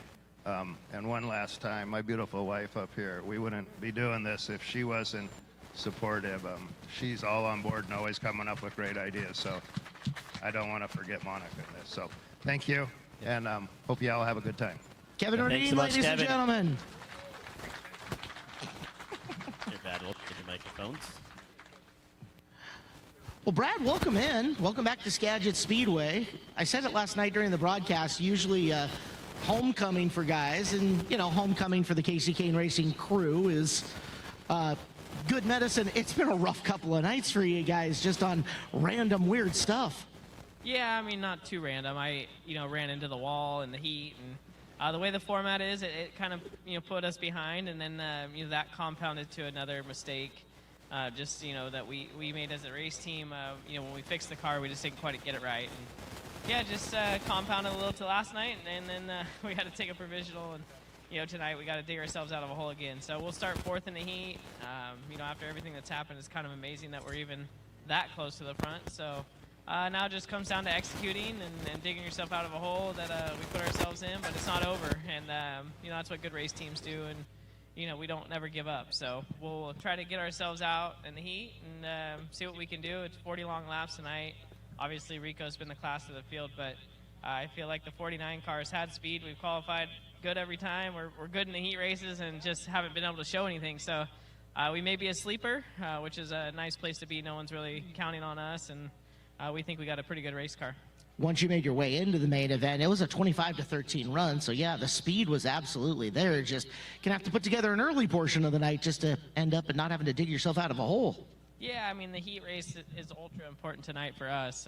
You know, any spots that we're going to move forward is just going to move us forward in the main event. And you know, it's kind of a cool format because if we can go ahead and win that heat from fourth, you know, we'd be back into the dash. So it gives you a really pretty decent chance to dig yourself out of a bad hole that we have. And, you know, obviously we're just going to give it our all. It's all we can do. It's what we've been doing all weekend, even though we just have had some adversity to dig ourselves out of. It's you know, it's something that you do fight in a season when you're racing a season-long championship. Not every night and every race weekend goes good, so you got to be prepared for this stuff, and this is the time when you got to dig the deepest to, you know, to overcome things like this. Brad, you now get to wear two hats between a driver and an owner of a series. What does that look like for you, and how do you manage that work-driving balance? Yeah, I mean, a lot of the stuff that I do with High Limit is more behind the scenes, in the planning phase, the scheduling, the business side of it, you know, the relationship with Flo, you know, how we want to show our product, how we want the fans to experience it, all those types of things, and building relationships with promoters and racetrack owners. But once we're at the races, the series director, Mike Hess, and the staff that we built really, handle the events. And it as a competitor, I'm just here to compete like everybody, all the other racers. And that's how I treat it. That's how I try to treat it. I think it's ultra important for the integrity of the series for it to be that way. And I think that's why it's so important for us to have the staff that we do. And they do such a great job. And they've managed many races. Mike Hess has been around a long time and has a lot of respect. And, the whole staff that's underneath him. And then, Chase Rodman, Tony Laporta, the announcers, and just everybody that's a part of it, has a lot of passion for sprint car racing. And, it's really fun for me to watch and be a part of it each and every night, and see them grow and see them getting better and see how efficient our shows and see so many happy fans across the country.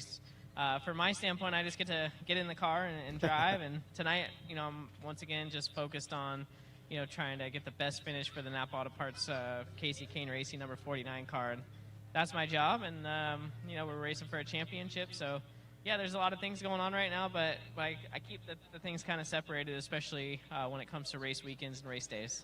You guys made a change recently within Casey Kane Racing. Casey decided to park his car and focus more of the effort just to you and the owner side. What does that look like for your race team?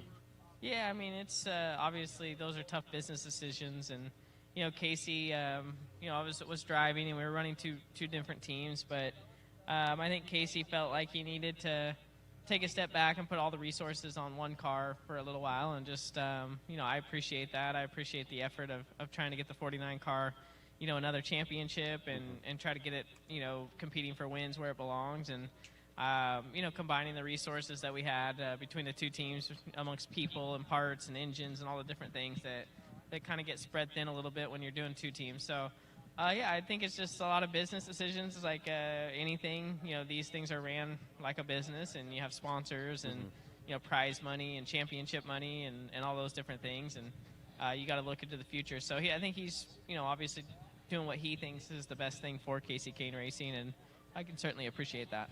Speaking of that 7th championship you're after, a back-to-back Kubota High Limit Racing Series title, last night, coming into the night for the first time in a long time, you were second in championship point standings. Was that an eye-opener in any way? Not with the season we've had by any means. I can't even believe that we're, actually, in consideration to win, with all the different things that we've had go wrong. But I think a lot of the teams have had to fight through adversity with, some driver issues, injuries. It's really hard running a full national tour and being consistent night in and night out. And, with the changes we've had with personnel this year, we've certainly fought a little more adversity and a little bit more ups and downs. And, it's not such a bad thing that we're behind, but it's, at least we're in the hunt and we're still close. And, wherever we're at, leaving here, there's about 20 races left. So it's going to come down to whoever just executes this final run of races all the way to Texas. So it's exciting for the fans. It's stressful for the racers, but we've been in this position before. And, it's definitely stressful, but not as stressful as winning my first couple of championships. Did you ever imagine as a kid coming up here to the Pacific Northwest for the first time, and I've got a very vague, long time ago memory of you in a lightning sprint up at Deming Speedway, but you ever imagine you'd be in the position you are here coming back into Skagit Speedway as series owner, 6-time champion, and going for a 7th? Yeah, no, never. You always dream as a kid of success with anything that you dream about doing. Mine was obviously to be a professional race car driver. I didn't know what that entailed, but yeah, I've had a great career and been able to win lots of races and championships, and that kind of led to the path of being a part of High Limit and this next movement in dirt track racing, and just something I'm super passionate about. I think you never know what the future holds, so I definitely pinch myself every now and then, and I'm very proud of what we've accomplished as a group at Casey Kane Racing, and I look forward to what the future holds with High Limit and what we can do to keep building these events and keep building up the sport. Anything in the pipeline that you have for High Limit? Yeah, I mean, we have lots of things that you wanna share.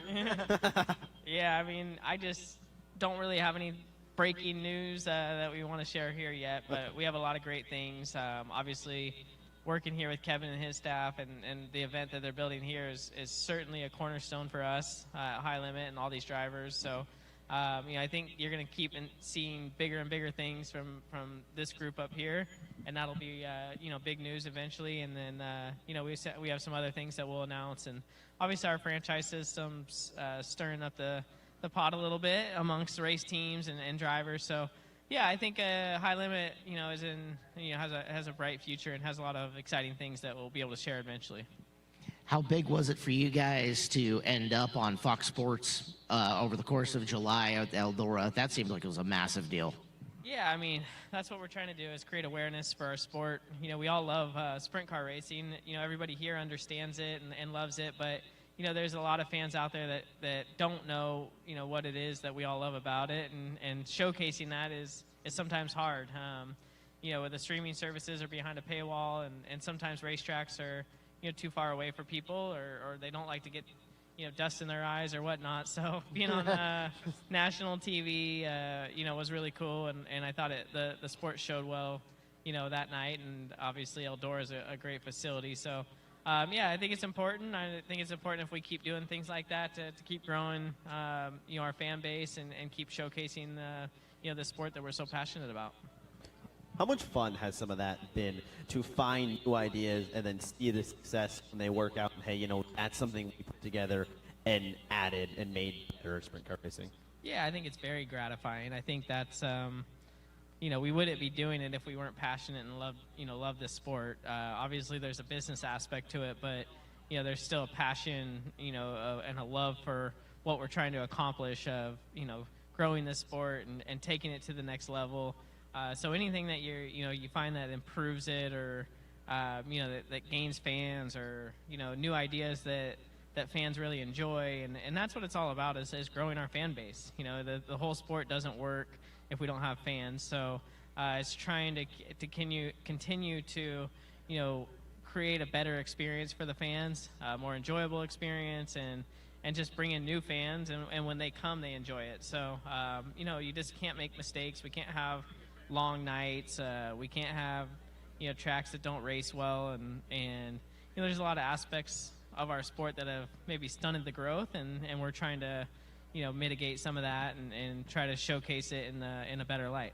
On top of that, creating new revenue streams for drivers, with the creation of Kubota High Limit Racing, it's essentially doubled the number of national touring sprint car teams out there, and is adding more high-paying races back to back to back. You go from Gold Cup down at Silver Dollar Speedway, which you've got a part of, to Skagit here, where we're doing $126,000, off to the Tuscarora 50, and that's going to put a lot of money in racers' pockets coming up over these last 3 weeks.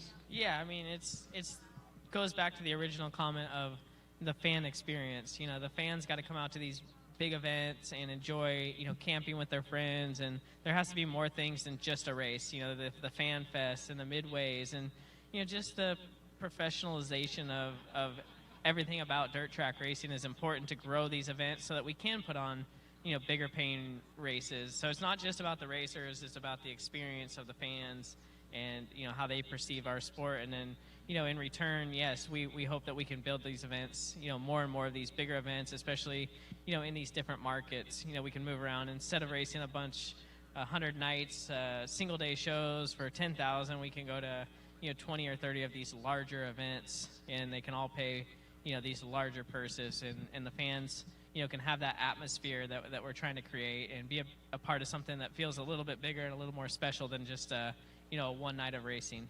On top of that, bringing a slightly different and diversified driver field to the racetrack where you go. We talked about the Fox Sports run in Eldora, and unfortunately a couple of the high limit drivers were hurt pretty significantly over that field, Tyler Courtney and Aaron Reitzel. But look at the talent you've picked up to bring out to the West Coast in their place. Getting a guy like a Giovanni Scelzi and a Justin Sanders now being able to show their talents to the world, that's got to be pretty cool too. Yeah, definitely. I think maybe we didn't know that was going to happen when we first started. High Limit was, we weren't sure if it was going to divide up the World of Outlaws, or if it was going to, bring new teams in. We knew there was a lot of teams out there that didn't want to make that commitment to a series, that was like the World of Outlaws, the way that they do their schedule. But it seemed like we were able to put together a really diverse group, like you say, and a lot of new talent emerged because of the second series. And so now you have 2 traveling series with tons of talent and tons of content for the fans. And when we come together, sometimes it makes it pretty competitive and Fun. Yeah, fun. And it's really neat to see how it's all working. Some of the stuff that we knew it would happen, and some of the stuff we're learning as we go. And I think that our main goal is just to make sure that everything that we do keeps adding to the pie and keeps growing the pie and keeps making the sport better. So we're just kind of watching and learning and with some of these things, but that's definitely one thing that's been a positive. You've seen a lot of new drivers and a lot of new race teams be able to take that next step, go out on the road, selling their merchandise, being on Flow Racing in front of such a big audience that they wouldn't have been in front of, and getting to compete at a higher level, which makes them better in return. So it's been neat, and it's been cool to see some of these young guys, watching them on their rookie years or their first couple of years trying to learn. These national tours aren't easy, and it's either tour is really hard right now, and sprint car racing's at probably the highest competitive level it's ever been. Well, ladies and gentlemen, with that, give a big round of applause for joining us, Brad Sweet. Brad, we thank you so much for your time, and good luck tonight. Yeah, thank you guys. Thanks to all the fans for coming out, and hopefully we'll see you guys down in the pits after or over here. But we can't do it without you guys, so really appreciate you. Brad Sweet, ladies and gentlemen. Well, with that, we'll let him make his way over here in a minute. He's signing an autograph. We've got another really fun guest. And then after that, we've got Trey Starks and Justin Youngquist. Potentially, someone else will also be joining Trey Starks when he joins, so you'll just have to wait and see who that is. We're going to give those guys microphones at the same time? We are going to give them microphones at the same time. Oh, boy. Gentlemen, your winner of both preliminary nights from St. Helena, California. How you doing? A big round of applause, Rico Abreu. Thank you for joining us, Rico. Thank you, guys. Yeah. Rico, I promised myself that if I got a chance to talk to you, nice. Promised myself that I would lead with this. Tulsa misses you. I'm just saying, we miss you down there. Please, please, please, please. I mean, one of these years. Yeah, you would have called my last win there. I did. Yep. It was awesome. I still watched that highlight video a little bit. Oh, thank you. Sorry you Now have to listen to him. Make me blush. That's awesome. We miss you. Any plans to come back, or are you full send? It is sprint car racing as much as I can give it, because the international trips have been good for your career. Yeah, I mean, it's definitely been a change of pace. I have a tremendous amount of respect for the Chili Bowl and just how it's treated me over the years. And I just needed to change up the pace and do some international trips. And where sprint car racing's going, I just felt like it needed 100% of my attention and to the investment my team makes into having successful race teams. So, I think about the Chili Bowl every year. I think about just what it takes to win that race, and my relationship with the Coons group and their success there, and the years that I've won in the prelim nights and to the back-to-back coming up on this is 10 years since I've won the Chili Bowl. So it's got an incredibly comforting spot in my heart, and I'll never say I won't ever go back, but I just changed up the schedule the last few years. There's been a priority, right? You have focused on this sprint car racing career, and right now you are as hot as it gets out there. Talk to me about the swing that you guys have been on and the just complete 180 that your car has done since unloading at Skagit Speedway here on Thursday night. Yeah, I mean, I really put a lot of this on my team and just the development over the last few years, the infrastructure, the team chemistry, the morale. It's just, you look at great successful teams in our industry, and they've had crew chiefs and crew members for multiple years, and you build that intensity internally in my organization. And I think that I just have a incredibly competitive group of employees working on my race car, and they believe in my ability to drive, and I believe in their ability to do their jobs working on them at a high level. And you look at how competitive sprint car racing is right now with the all the way from unloading to the balance of these race cars and the feel that the drivers are looking for. It's such a tight window to get that feeling, and my guys have done an unbelievable job to get it close for me, really consistently this year. You've won the last 4 times you've come to Skagit Speedway. What is it about Skagit Speedway that just works for you? I was thinking about that. Someone said that, or Blake Anderson said that to me yesterday, that I've won 5 out of the last 7 races here I've ran. And I just think about, for one, my passion for sprint car racing and my drive to continuously win and what it takes to win at this level of our sport. And then for 2, I think that my team just has an unbelievable balance when we come here.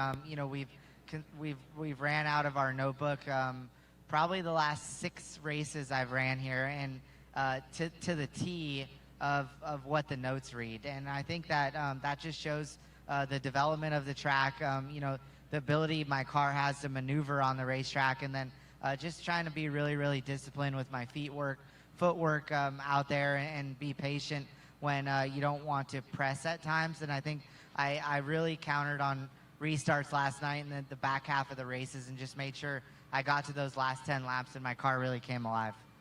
That's interesting to hear you say about the notebook, and you've been able to race out of it and have success. Some of the guys we've had on here before have talked about, Skagit has changed throughout this year, and they're trying to figure out why. For you, you don't come here often, yet that notebook has worked for you. Does that just speak to how well you guys are able to keep those notes and look back and refer to them?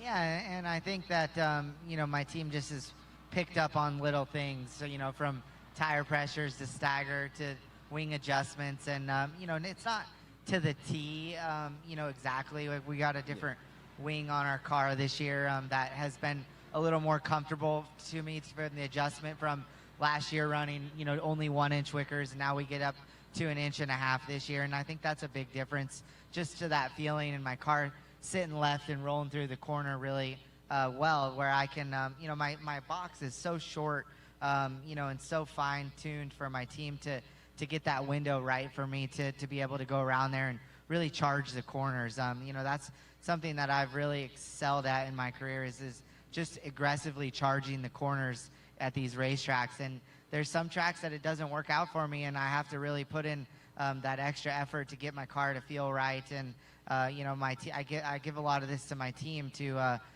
have that patience in me and willing to work with me to make those adjustments. Your corner entry speed sure helped you pass a lot of cars Thursday night and last night. At what point in time did you find that line that you used to make that charge up and through that field? Because both of these wins have come from 7th. That's pretty incredible. Yeah, I mean, I got majority of the cars on the restarts the last 2 nights, and just when we catch lap traffic, I really prey on getting to lap traffic to be able to maneuver around, and you make guys switch up their angles, and that really affects the setups in their cars. And I think that's when you see the pace of the race switch quite significantly. And I think if we can continue to get to lap traffic and get guys to move around and widen the surface out, that's really what creates the great racing here. Now, tonight could be vastly different for you depending on how the dash draw ends up. Again, you've had to come from 7th the last 2 nights. Tonight, you might end up going off the pole for a 40-lapper, and instead of trying to chase down the leader, be the guy that sets the pace. How does that change your strategy? I think that this is definitely a track that you can set a touring pace at and get into traffic quite quickly, just with the compact surface. And the just narrowness in racing, I think that you catch traffic as the leaders quite quickly. But I really think about, the back half of the race and how our car is going to feel just from dissecting the last few nights of racing. And the first night I got my tires really hot just from racing so hard and blistered my tire up. And I just need to make sure I really be careful. With 10 extra laps tonight, I think that could really impact the back half of the race. It's interesting, Eric. We haven't heard this year. No. Skagit's been very gentle on tire wear, so that's a little bit different. I haven't heard that one yet. No, I haven't either. Well, quickly, anyone have any questions they would like to ask to Rico Aber? Otherwise, we'll keep just working our way on. They're shy. They were shy earlier. Yeah. That'll come around to them. So post-race, when you go and you see a tire that's blistered up a little bit, what's the conversation with Ricky and the crew like? Are you immediately going, all right, if this is happening, we need to roll out of the box differently with X and Y and Z tomorrow? No, I think that you just, some of that happens with the way you fire off on restarts and if your air pressure is a little bit higher or lower. The speeds were a little bit faster the first night we were racing here compared to the last night, and I feel tonight with this breeze you're going to see a lot similar track conditions to last night, and I think that when I really dissect Thursday night's races, I could run a lot more throttle, and the lap times were probably about a second faster than last night. So last night's surface, you could be a lot more gentle on the throttle pedal and control the tires and the wheel spin, and you don't really want those those high RPMs when the conditions are surface is that hard, and you want to really just be able to navigate the car and brake as you entry and keep your right rear underneath you. When the first night you can be really aggressive on the throttle with the grip level being quite higher. You've given a lot of credit to your crew, not just in this interview, but over the course of the year. Is there a hidden MVP on your team? Ricky gets a lot of note because of all the accomplishments he's had, but of the rest of the guys, what are they doing that's so unique in making Rico Abreu Racing so good? They just work really hard. They work really well together.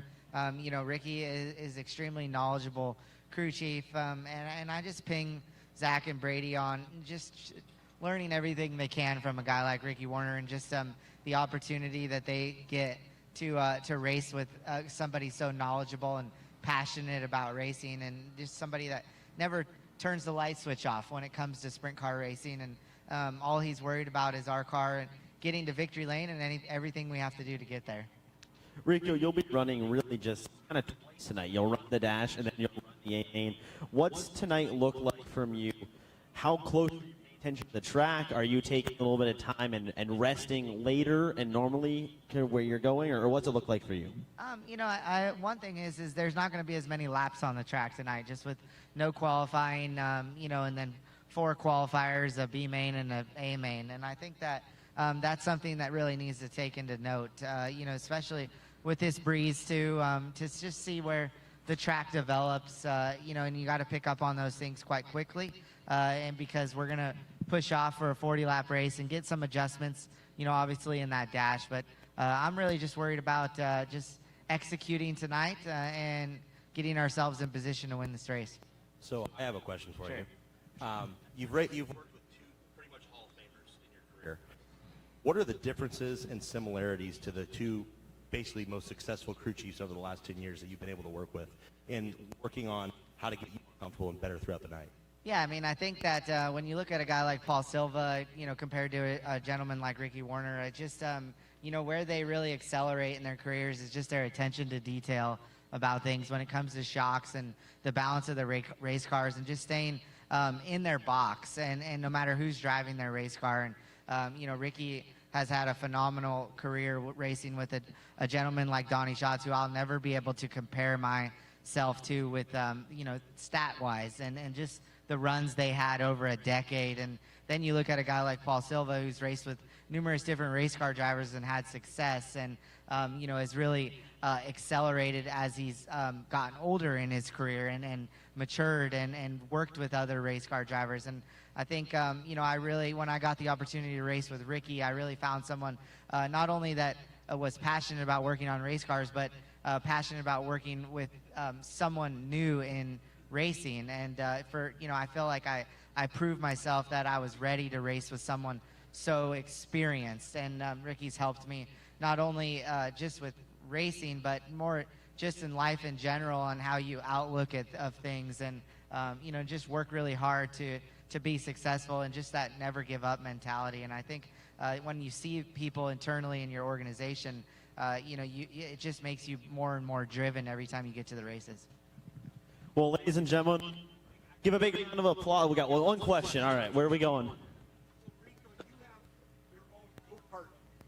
Rico, you have your own go-kart track at your house or home property.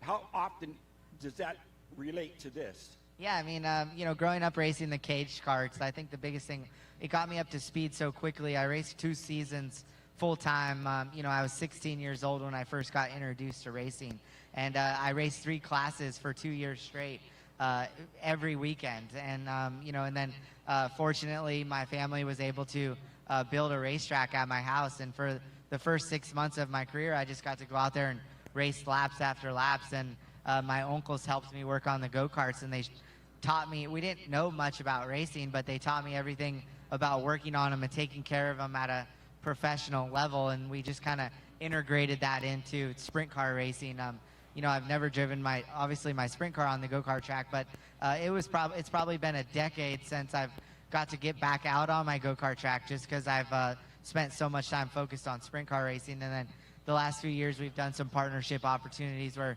we allowed some of our partners to come and race go-karts and put some Briggs and Strattons on some outlaw carts and let them come have some fun. Anyone else before we let you. Rico go? All right, ladies and gentlemen, he's your points leader of the Skagit Nationals. A big round of applause, Rico Abreu. Well, it wasn't my intent to make him get his own chair, but thank you. So, ladies and gentlemen, joining Trey Starks, Dominic Selzy, and Trey Starks, as we continue live here on the Skagit Nationals pre-race show. Big round of applause. Got Dominic and Trey. We might even get a 5th. Well, maybe we don't even need the others. Maybe we don't need the others. Hey, Justin and Kevin figured this out. Why are we having such a hard time here? Is that? That's good. That'll work. Hey, buddy. Testing 1, 2. We got you. Now, just remember, guys, we do not have a 7-second delay on this, so. Yeah, we can't bleep anything out. We've had minimal alcohol this morning, so we're good. Minimal. Perfect. All right, we're fine. Perfect. Trey, I'm sure you love this as a 2-car team now. He's a liability. Guys, it's been an interesting weekend for you already. I'll start with you, Dominic. What kind of expectations did you have coming into this event? It all happened so fast, I don't think I really had any. Okay. My goal was I want to make all 3 shows and run forward every night and feel something different than what I felt all year, and we've accomplished that. Last night wasn't our best showing in qualifying. We were 39th and 40th together, so that wasn't great, but I think we've had good car speed. I think we've been able to race well. The first night there was a lot of positives for me, not for him. But it's been good. Like when you have a family like the Starks family that, I consider them my second family. Whether it be Trey and Allie or my son Rowan over there. This is as close to a family as you get. And I was able to drive the 55 last year whenever Rowan was born, and that was great. And then to do it again on such a last-minute deal was, it was great for me because there was no way I was going to make it here without this happening. And to be able to put in the show for them, and so far, it's been a good weekend. I'm just hoping we can have a good heat race and drive through the field and keep the 55 XL ahead of the regular 55 again. Wow. And a chance for a rebuttal, Trey. Trey, on your end, obviously high expectations coming into the weekend, and it's sprint car racing. Weird stuff happens. Have you been able to flush the weird stuff happens and just have yourself in a good mental state for tonight? Yeah, we were talking coming into this race that we really haven't had any hiccups, and we've had our fair share of issues this weekend for sure. So. The first night kind of was bad from the start. We qualified well, but that was about it. We had an issue in the heat race and then several issues in the B-main. So qualifying hurt us last night, but I felt a lot better racing. The thing that I do like about this format is that, you can never be counted out. If you see what McFadden did at Dirt Cup, he was 16th or 18th in points going into the final night, and he ended up next to me on the front row. So I think if we do a good job in the heat race, it doesn't help that unfortunately we're both in the same heat race. But if we do a good job in the heat race, I think we'll both be in good shape. It's not going to be easy, but sprint car racing, that's what it's all about. It doesn't owe you anything. So it doesn't care how good we've done all year.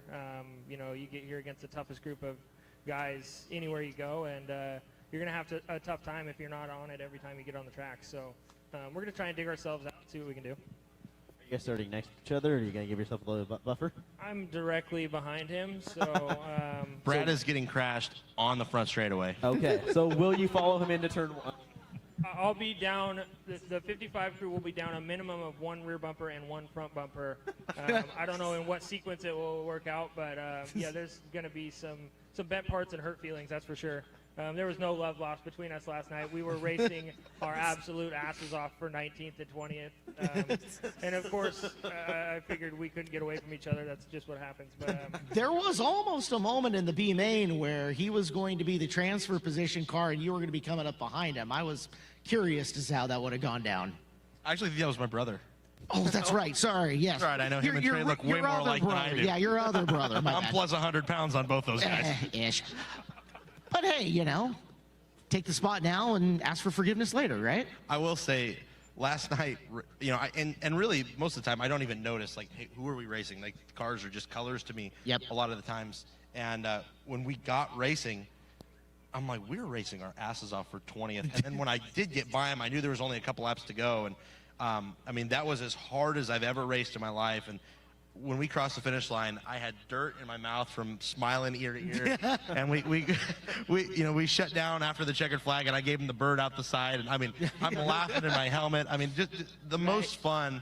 And it was kind of like the Summer Nationals, you know, when he kicked my butt for 26,000. It was so much fun just racing hard with him. And you know, we've been able to do that a few times in our career. And I mean, it's honestly, it's such a gift to be able to race one of his cars. And you know, I think it's important that everyone here knows it's a disadvantage for him to have me here. Right. Because they're focusing on winning the 3 biggest races in the Western United States, basically. And, you know, unfortunately, it didn't work out for him on Thursday night, and that kind of screwed him, you know, that heat race screwed his whole weekend. But to put themselves at a disadvantage so I could come up here and just race, it just says the character of the person that I'm sitting next to. And at the same time, you've got some pretty good help on your car down in the pit area that's not taking away from what's going on Trey's machine. Yeah, I've got a... They did a world record 6-minute rear end change yesterday on his car. So yeah, he's got some pretty good help out there. I didn't know that guy could work that hard. Holy cow. I've never seen anything like it.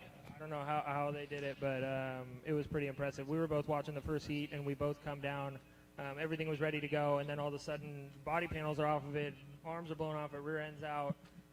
Apparently, they found something right before they started to put everything back together. So they got him out. If it wasn't for a shifter malfunction, I think he probably would have transferred through his heat race yesterday. So wow. Yeah, everybody's working really, really hard. And you guys don't get to see the technical side of these teams very often, so I'll let you in on something that we found out this weekend. When we rolled across the scales after qualifying, 2 things happened. It is the heaviest the 55 has ever been. And at the same time, the lightest that Dominic Scelzi has ever been in a race car. So, oh, jeez. But with that combination, obviously they can show some pretty good speed. So I'm glad. Both are true. Yeah, both are true. No, Dominic's been doing a great job, and it's actually you would think it's like he said. I really think it actually helps us this weekend. Besides having the team spread between 2 cars, but we get 2 chances to see the racetrack. So that's a bigger help than you would even realize, really. And he feels things that I never felt. And he's in a race car that, you know, is set up differently than he usually drives. So it's kind of like a new outlook for both of us. So it's a lot more helpful than you would think.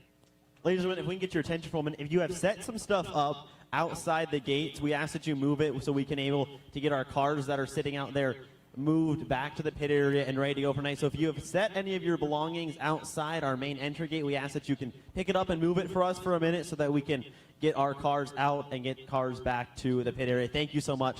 All right, Caleb, back to you. All right, so perfect segue from what Trey said. Dom, you said you were looking for a different feel, and then it's not like the Red Rose Transportation 41 hasn't been able to pass a bunch of cars this year, but what were you looking for coming into this weekend as far as that feel goes? I was just looking for something different, to be honest with you. You know, I've worked with Jimmy Carr for 6 years, and when you talk the best of the best of the best, Jimmy Carr is at the top of that list. Yep. And we had 6 of the best years I've had in my career, and we've had the last 2 years, and we've just kind of beat our heads together and really tried hard to get that speed back in our car. Yep. And we just haven't seemed to find it. And you know, Sometimes things run their course, right? and it's unfortunate. I hate it. You know, I don't think that, you know, I don't think Jimmy was the reason we weren't winning. I don't think I was the reason we were winning. It's just you get to points like that and you see it. Donnie Schatz isn't in the TSR 15 anymore. This is the world we're in right now. Yeah. There's so many things in this sport that have changed that are just different. And, you know, I don't want to say one way or the other, but that things are just different. And, you know, unfortunately, we just haven't been able to get our car where I want it, where we've got to try and get it. And so we've been looking for something different. And then, you know, when this kind of came about, everything that I've been looking to feel, I'm feeling it. Okay. And so I haven't told him yet, but thankfully I'm a freight broker, so I can get that 55 XL back to Fresno. Okay, perfect. That's definitely going to be mine Trey, now. you're losing the car now. I'll send him something. I've got a 2018 car sitting in the back of my Right. shop. There you go. Fair trade. Well, he welded a car together at one point, so I'm sure I it'll be wanted to fine. drive that one. Oh, you didn't let him? They lost an inch somehow when he fixed it. Dallas Melby smashed it, or you would be right. Well, at least that's a consistent story. Dallas Melby smashed something. We've heard that before. Absolutely, he is the best R&D crash test dummy I've ever seen.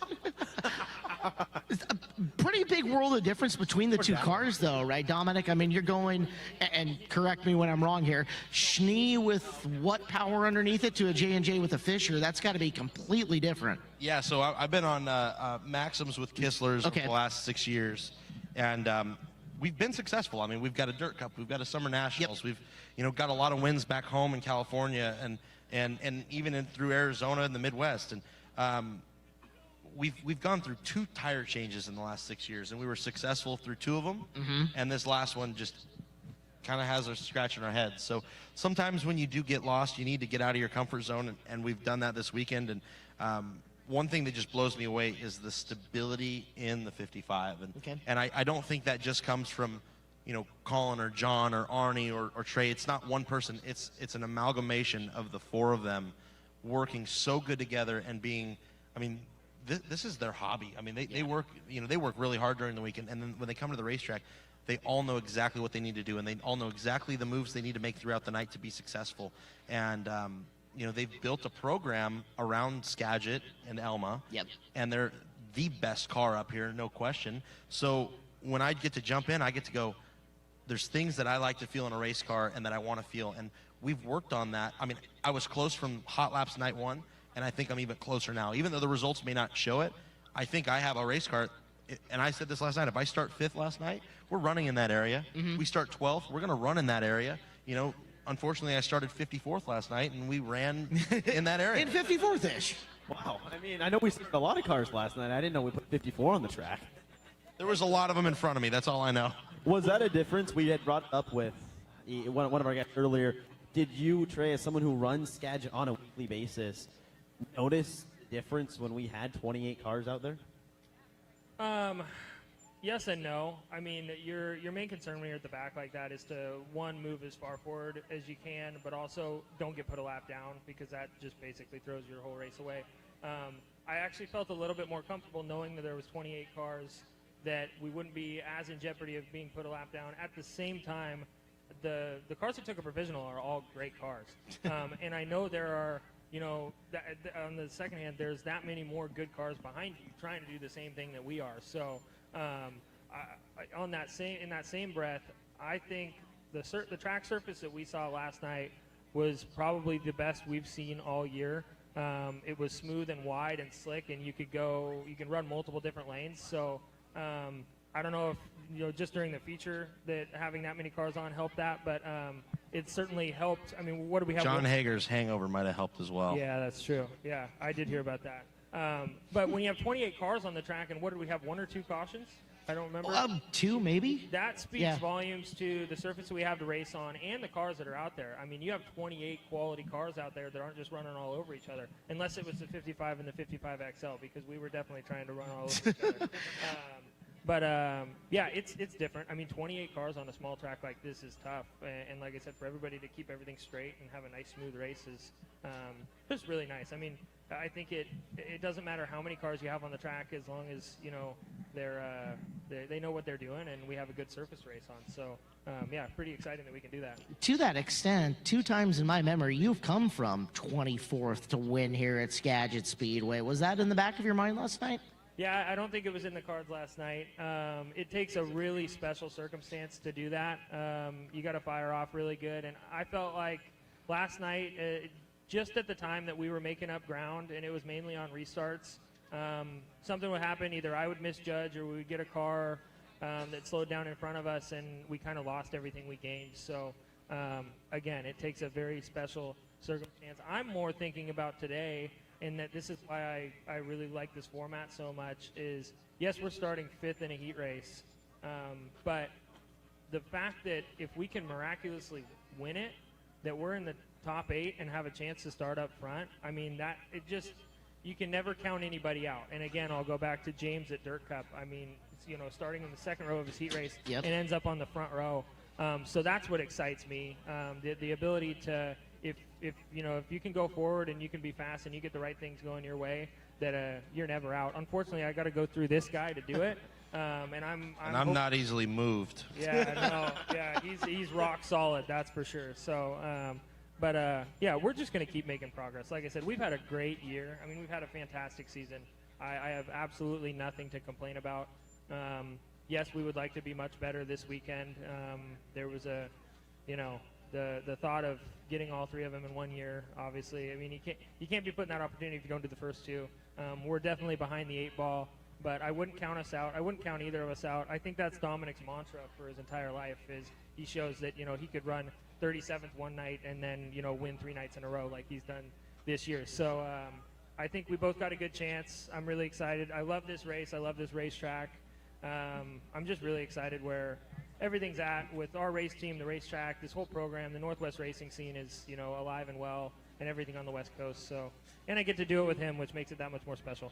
And I just want to touch on this before we get cut off for a bigger, better name. But what Kevin and John and the team up here are doing, I would do whatever it took to race here weekly if I could.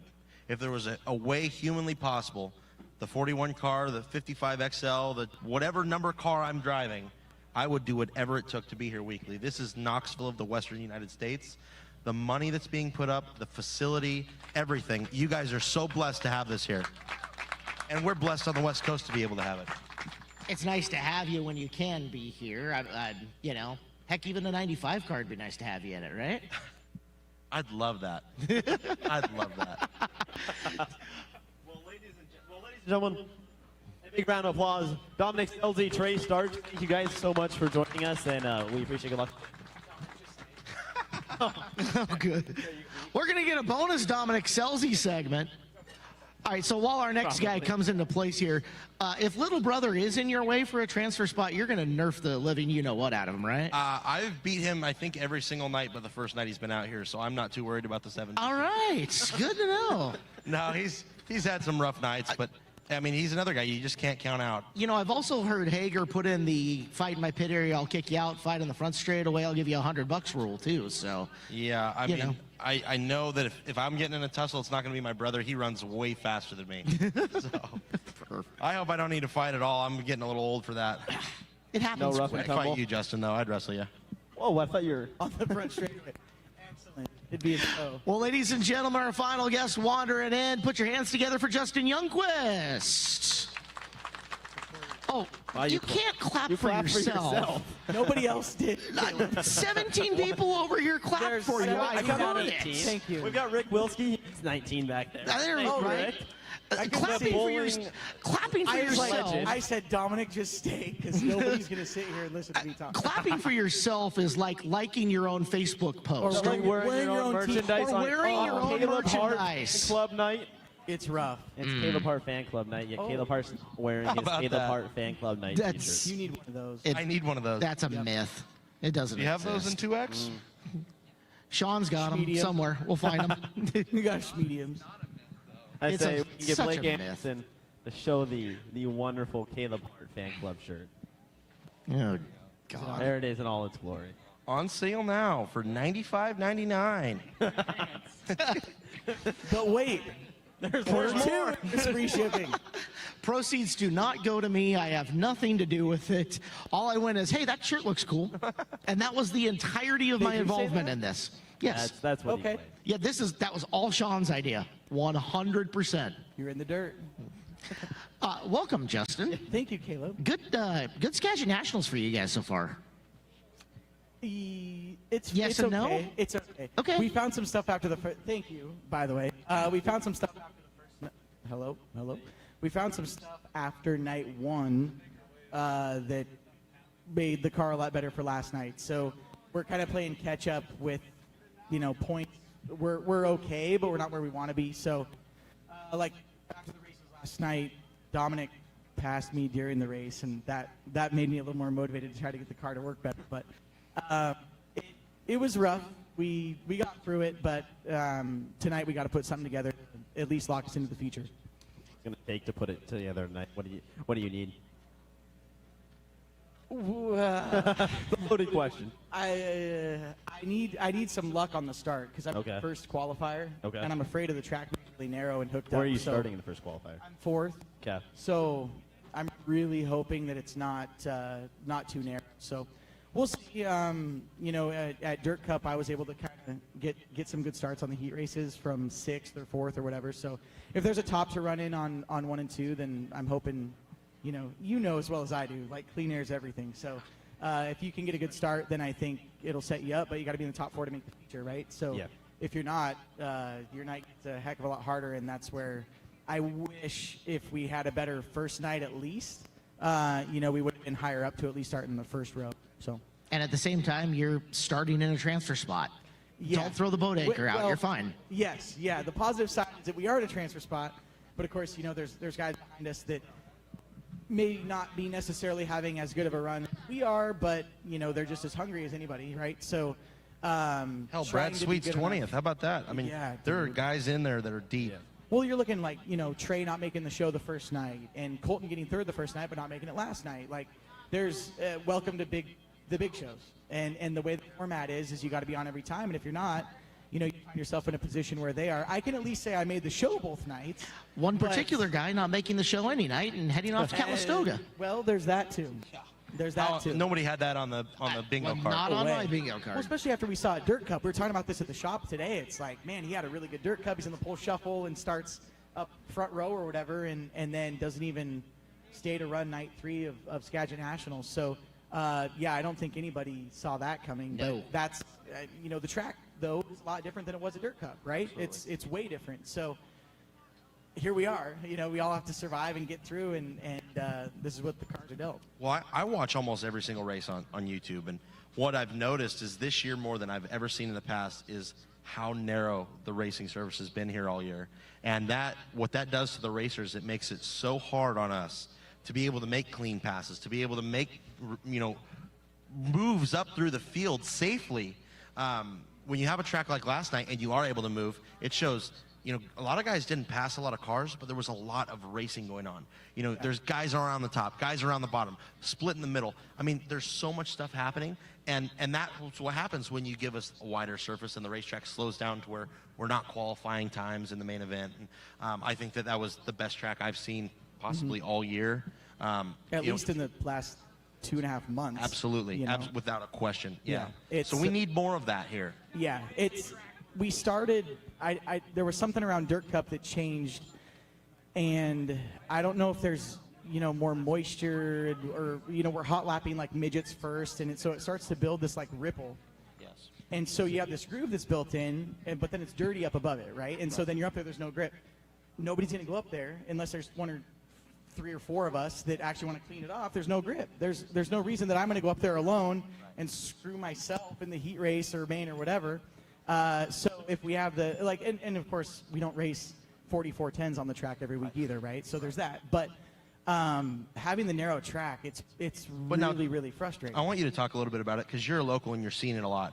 When you're racing here and the cushion's halfway up and it builds like a curb, I mean, you have to be absolutely perfect to be able to run that. I mean, you talk about the skill level that takes. It's incredible. It really is. Yeah, it's not easy, especially there was a race I was leading and we got to lap traffic, and it's a one-lane track, and there's a really aggressive curb, and I don't want to drive in too deep on it because I'm going to load over on the right front, and then you're carrying the nose, and there's a guy ahead of you. You know there's a guy right behind you because the track's narrow and it's fast, and you're running, literally qualifying speed laps. And what ended up happening is I made contact with the lap car and spun out. So I go to the back. I'm not passing anybody to get back up through the field because it's narrow, right? And so I'm really happy to see that this weekend's been different because I was a little nervous about it, but it's drier than it has been it's smoother to where we're able to actually move around. And last night was perfect for that. Like you're talking about, there wasn't one lane that was really better than the other, really, because I could kind of plug it in the fence and it was fine. I mean, I was running for 37th, but it doesn't, you could at least run up there. And the guys are, down on the bottom, and you can kind of get that momentum and back and forth on it. So, but I think what people don't realize, and like anybody here, at some point, you guys have taken your hand out the window when you're going down the freeway, and you're doing this, and you're doing these, and it feels so cool. Well, then put it behind your window, and realize your hand, like, you lose all that air. Well, now think of that garage barn door that we have on the top of them. When you lose air like that, it's amazing what the race car does. So when you are in traffic where we were last night, your car handles so much different than what Rico's does when he's up front, or when you're in, you can kind of pick and you have some room. It's amazing how different you have to drive these things when you're back in the back. Well, that's, talking about, I'm honestly, Caleb, I know you're talking about good Skagit Nationals or whatever. I'm frustrated because I know being in the front, you have the clean air and you can do what you need to do. When you're behind those other cars, you can't necessarily race the way or drive the way you want to drive because you're being forced to get out of the groove. If that guy's I want to run high, right? Like, I don't care what the track is. I want to run up on the cushion. If that guy's running there, I'm not going to run there. I'm not going to follow him in. There's no air on my wing and whatever. So now I'm out of my groove. I'm not necessarily comfortable. And so you're just kind of, it's the give and take. And so now I'm, row 2 of this thing, and I'm going to be probably behind a couple cars for most of it. And it's like, all right, like, survive to lock into the show, but see that, okay, then I lock in the show, I'm starting 18th or whatever. And that's what's so crazy about these big events. Like, to me, this is a Knoxville Nationals, this is a Kings Row, this is a Gold Cup, this is a huge event. And when you have 39 cars, and I would go so far to say there's probably 39 of them, maybe 38, I don't know honestly, but that many guys could win. You put them on the front row, they could win. Oh, 100%. We're watching guys like, Colton Heath. Phenomenal job. He leads laps the first night. He's in the B main, doesn't make the show the second night. My brother had to use a provisional. Brad Sweet used a provisional. Wow. I can see a lot of different directions to take this. Let's go back to circumstance, where you guys are, and what the racetrack is giving you. Does it ratchet up your aggressiveness when you see that little bitty bit of an opportunity where somebody is half a groove out because of the circumstances you're in? Are you more likely to risk the race car now because you are 4 cars deep in this heat race and your only chance at this is to get to that one spot? I thought about it earlier about the start. I'm like, okay, if front row, if leader goes to the bottom and the guys float in the middle, I'll stick it 3 wide coming out of 2. Like I did it last year at Dirt Cup, and I got in the fence and whatever. But it's a spot to start. It's 2 rows further ahead than where I would be. Yeah. But it's 2 rows. Yeah. That's 2 rows. That's thousands of dollars at the end of the race difference, right? Thousands of dollars we're talking about. It's yes, I'm willing to stick the car in a more vulnerable spot because it's going to put me a little bit better. I don't know if I'm sure you feel the same way, but having watched opportunity 100%, even if it's questionable. Having watched plenty of U2's races as well, you're not exactly on the super risky side of risking your car to begin with.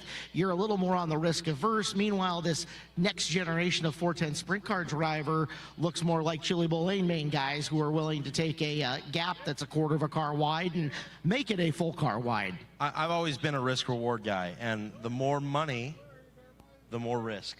So $26,000 on the line for the Summer Nationals, I'm sliding Trey Starks like I'm going to kill the guy. You know what I mean? I mean, the gloves are completely off. Sure. And that's what it's going to be. I can tell you right now, I'm starting next to Brad Sweet. He's trying to win a championship. Yep. I'm trying to win the start. anybody has a shot, and it's all going to come down to who's gonna take that little bit extra.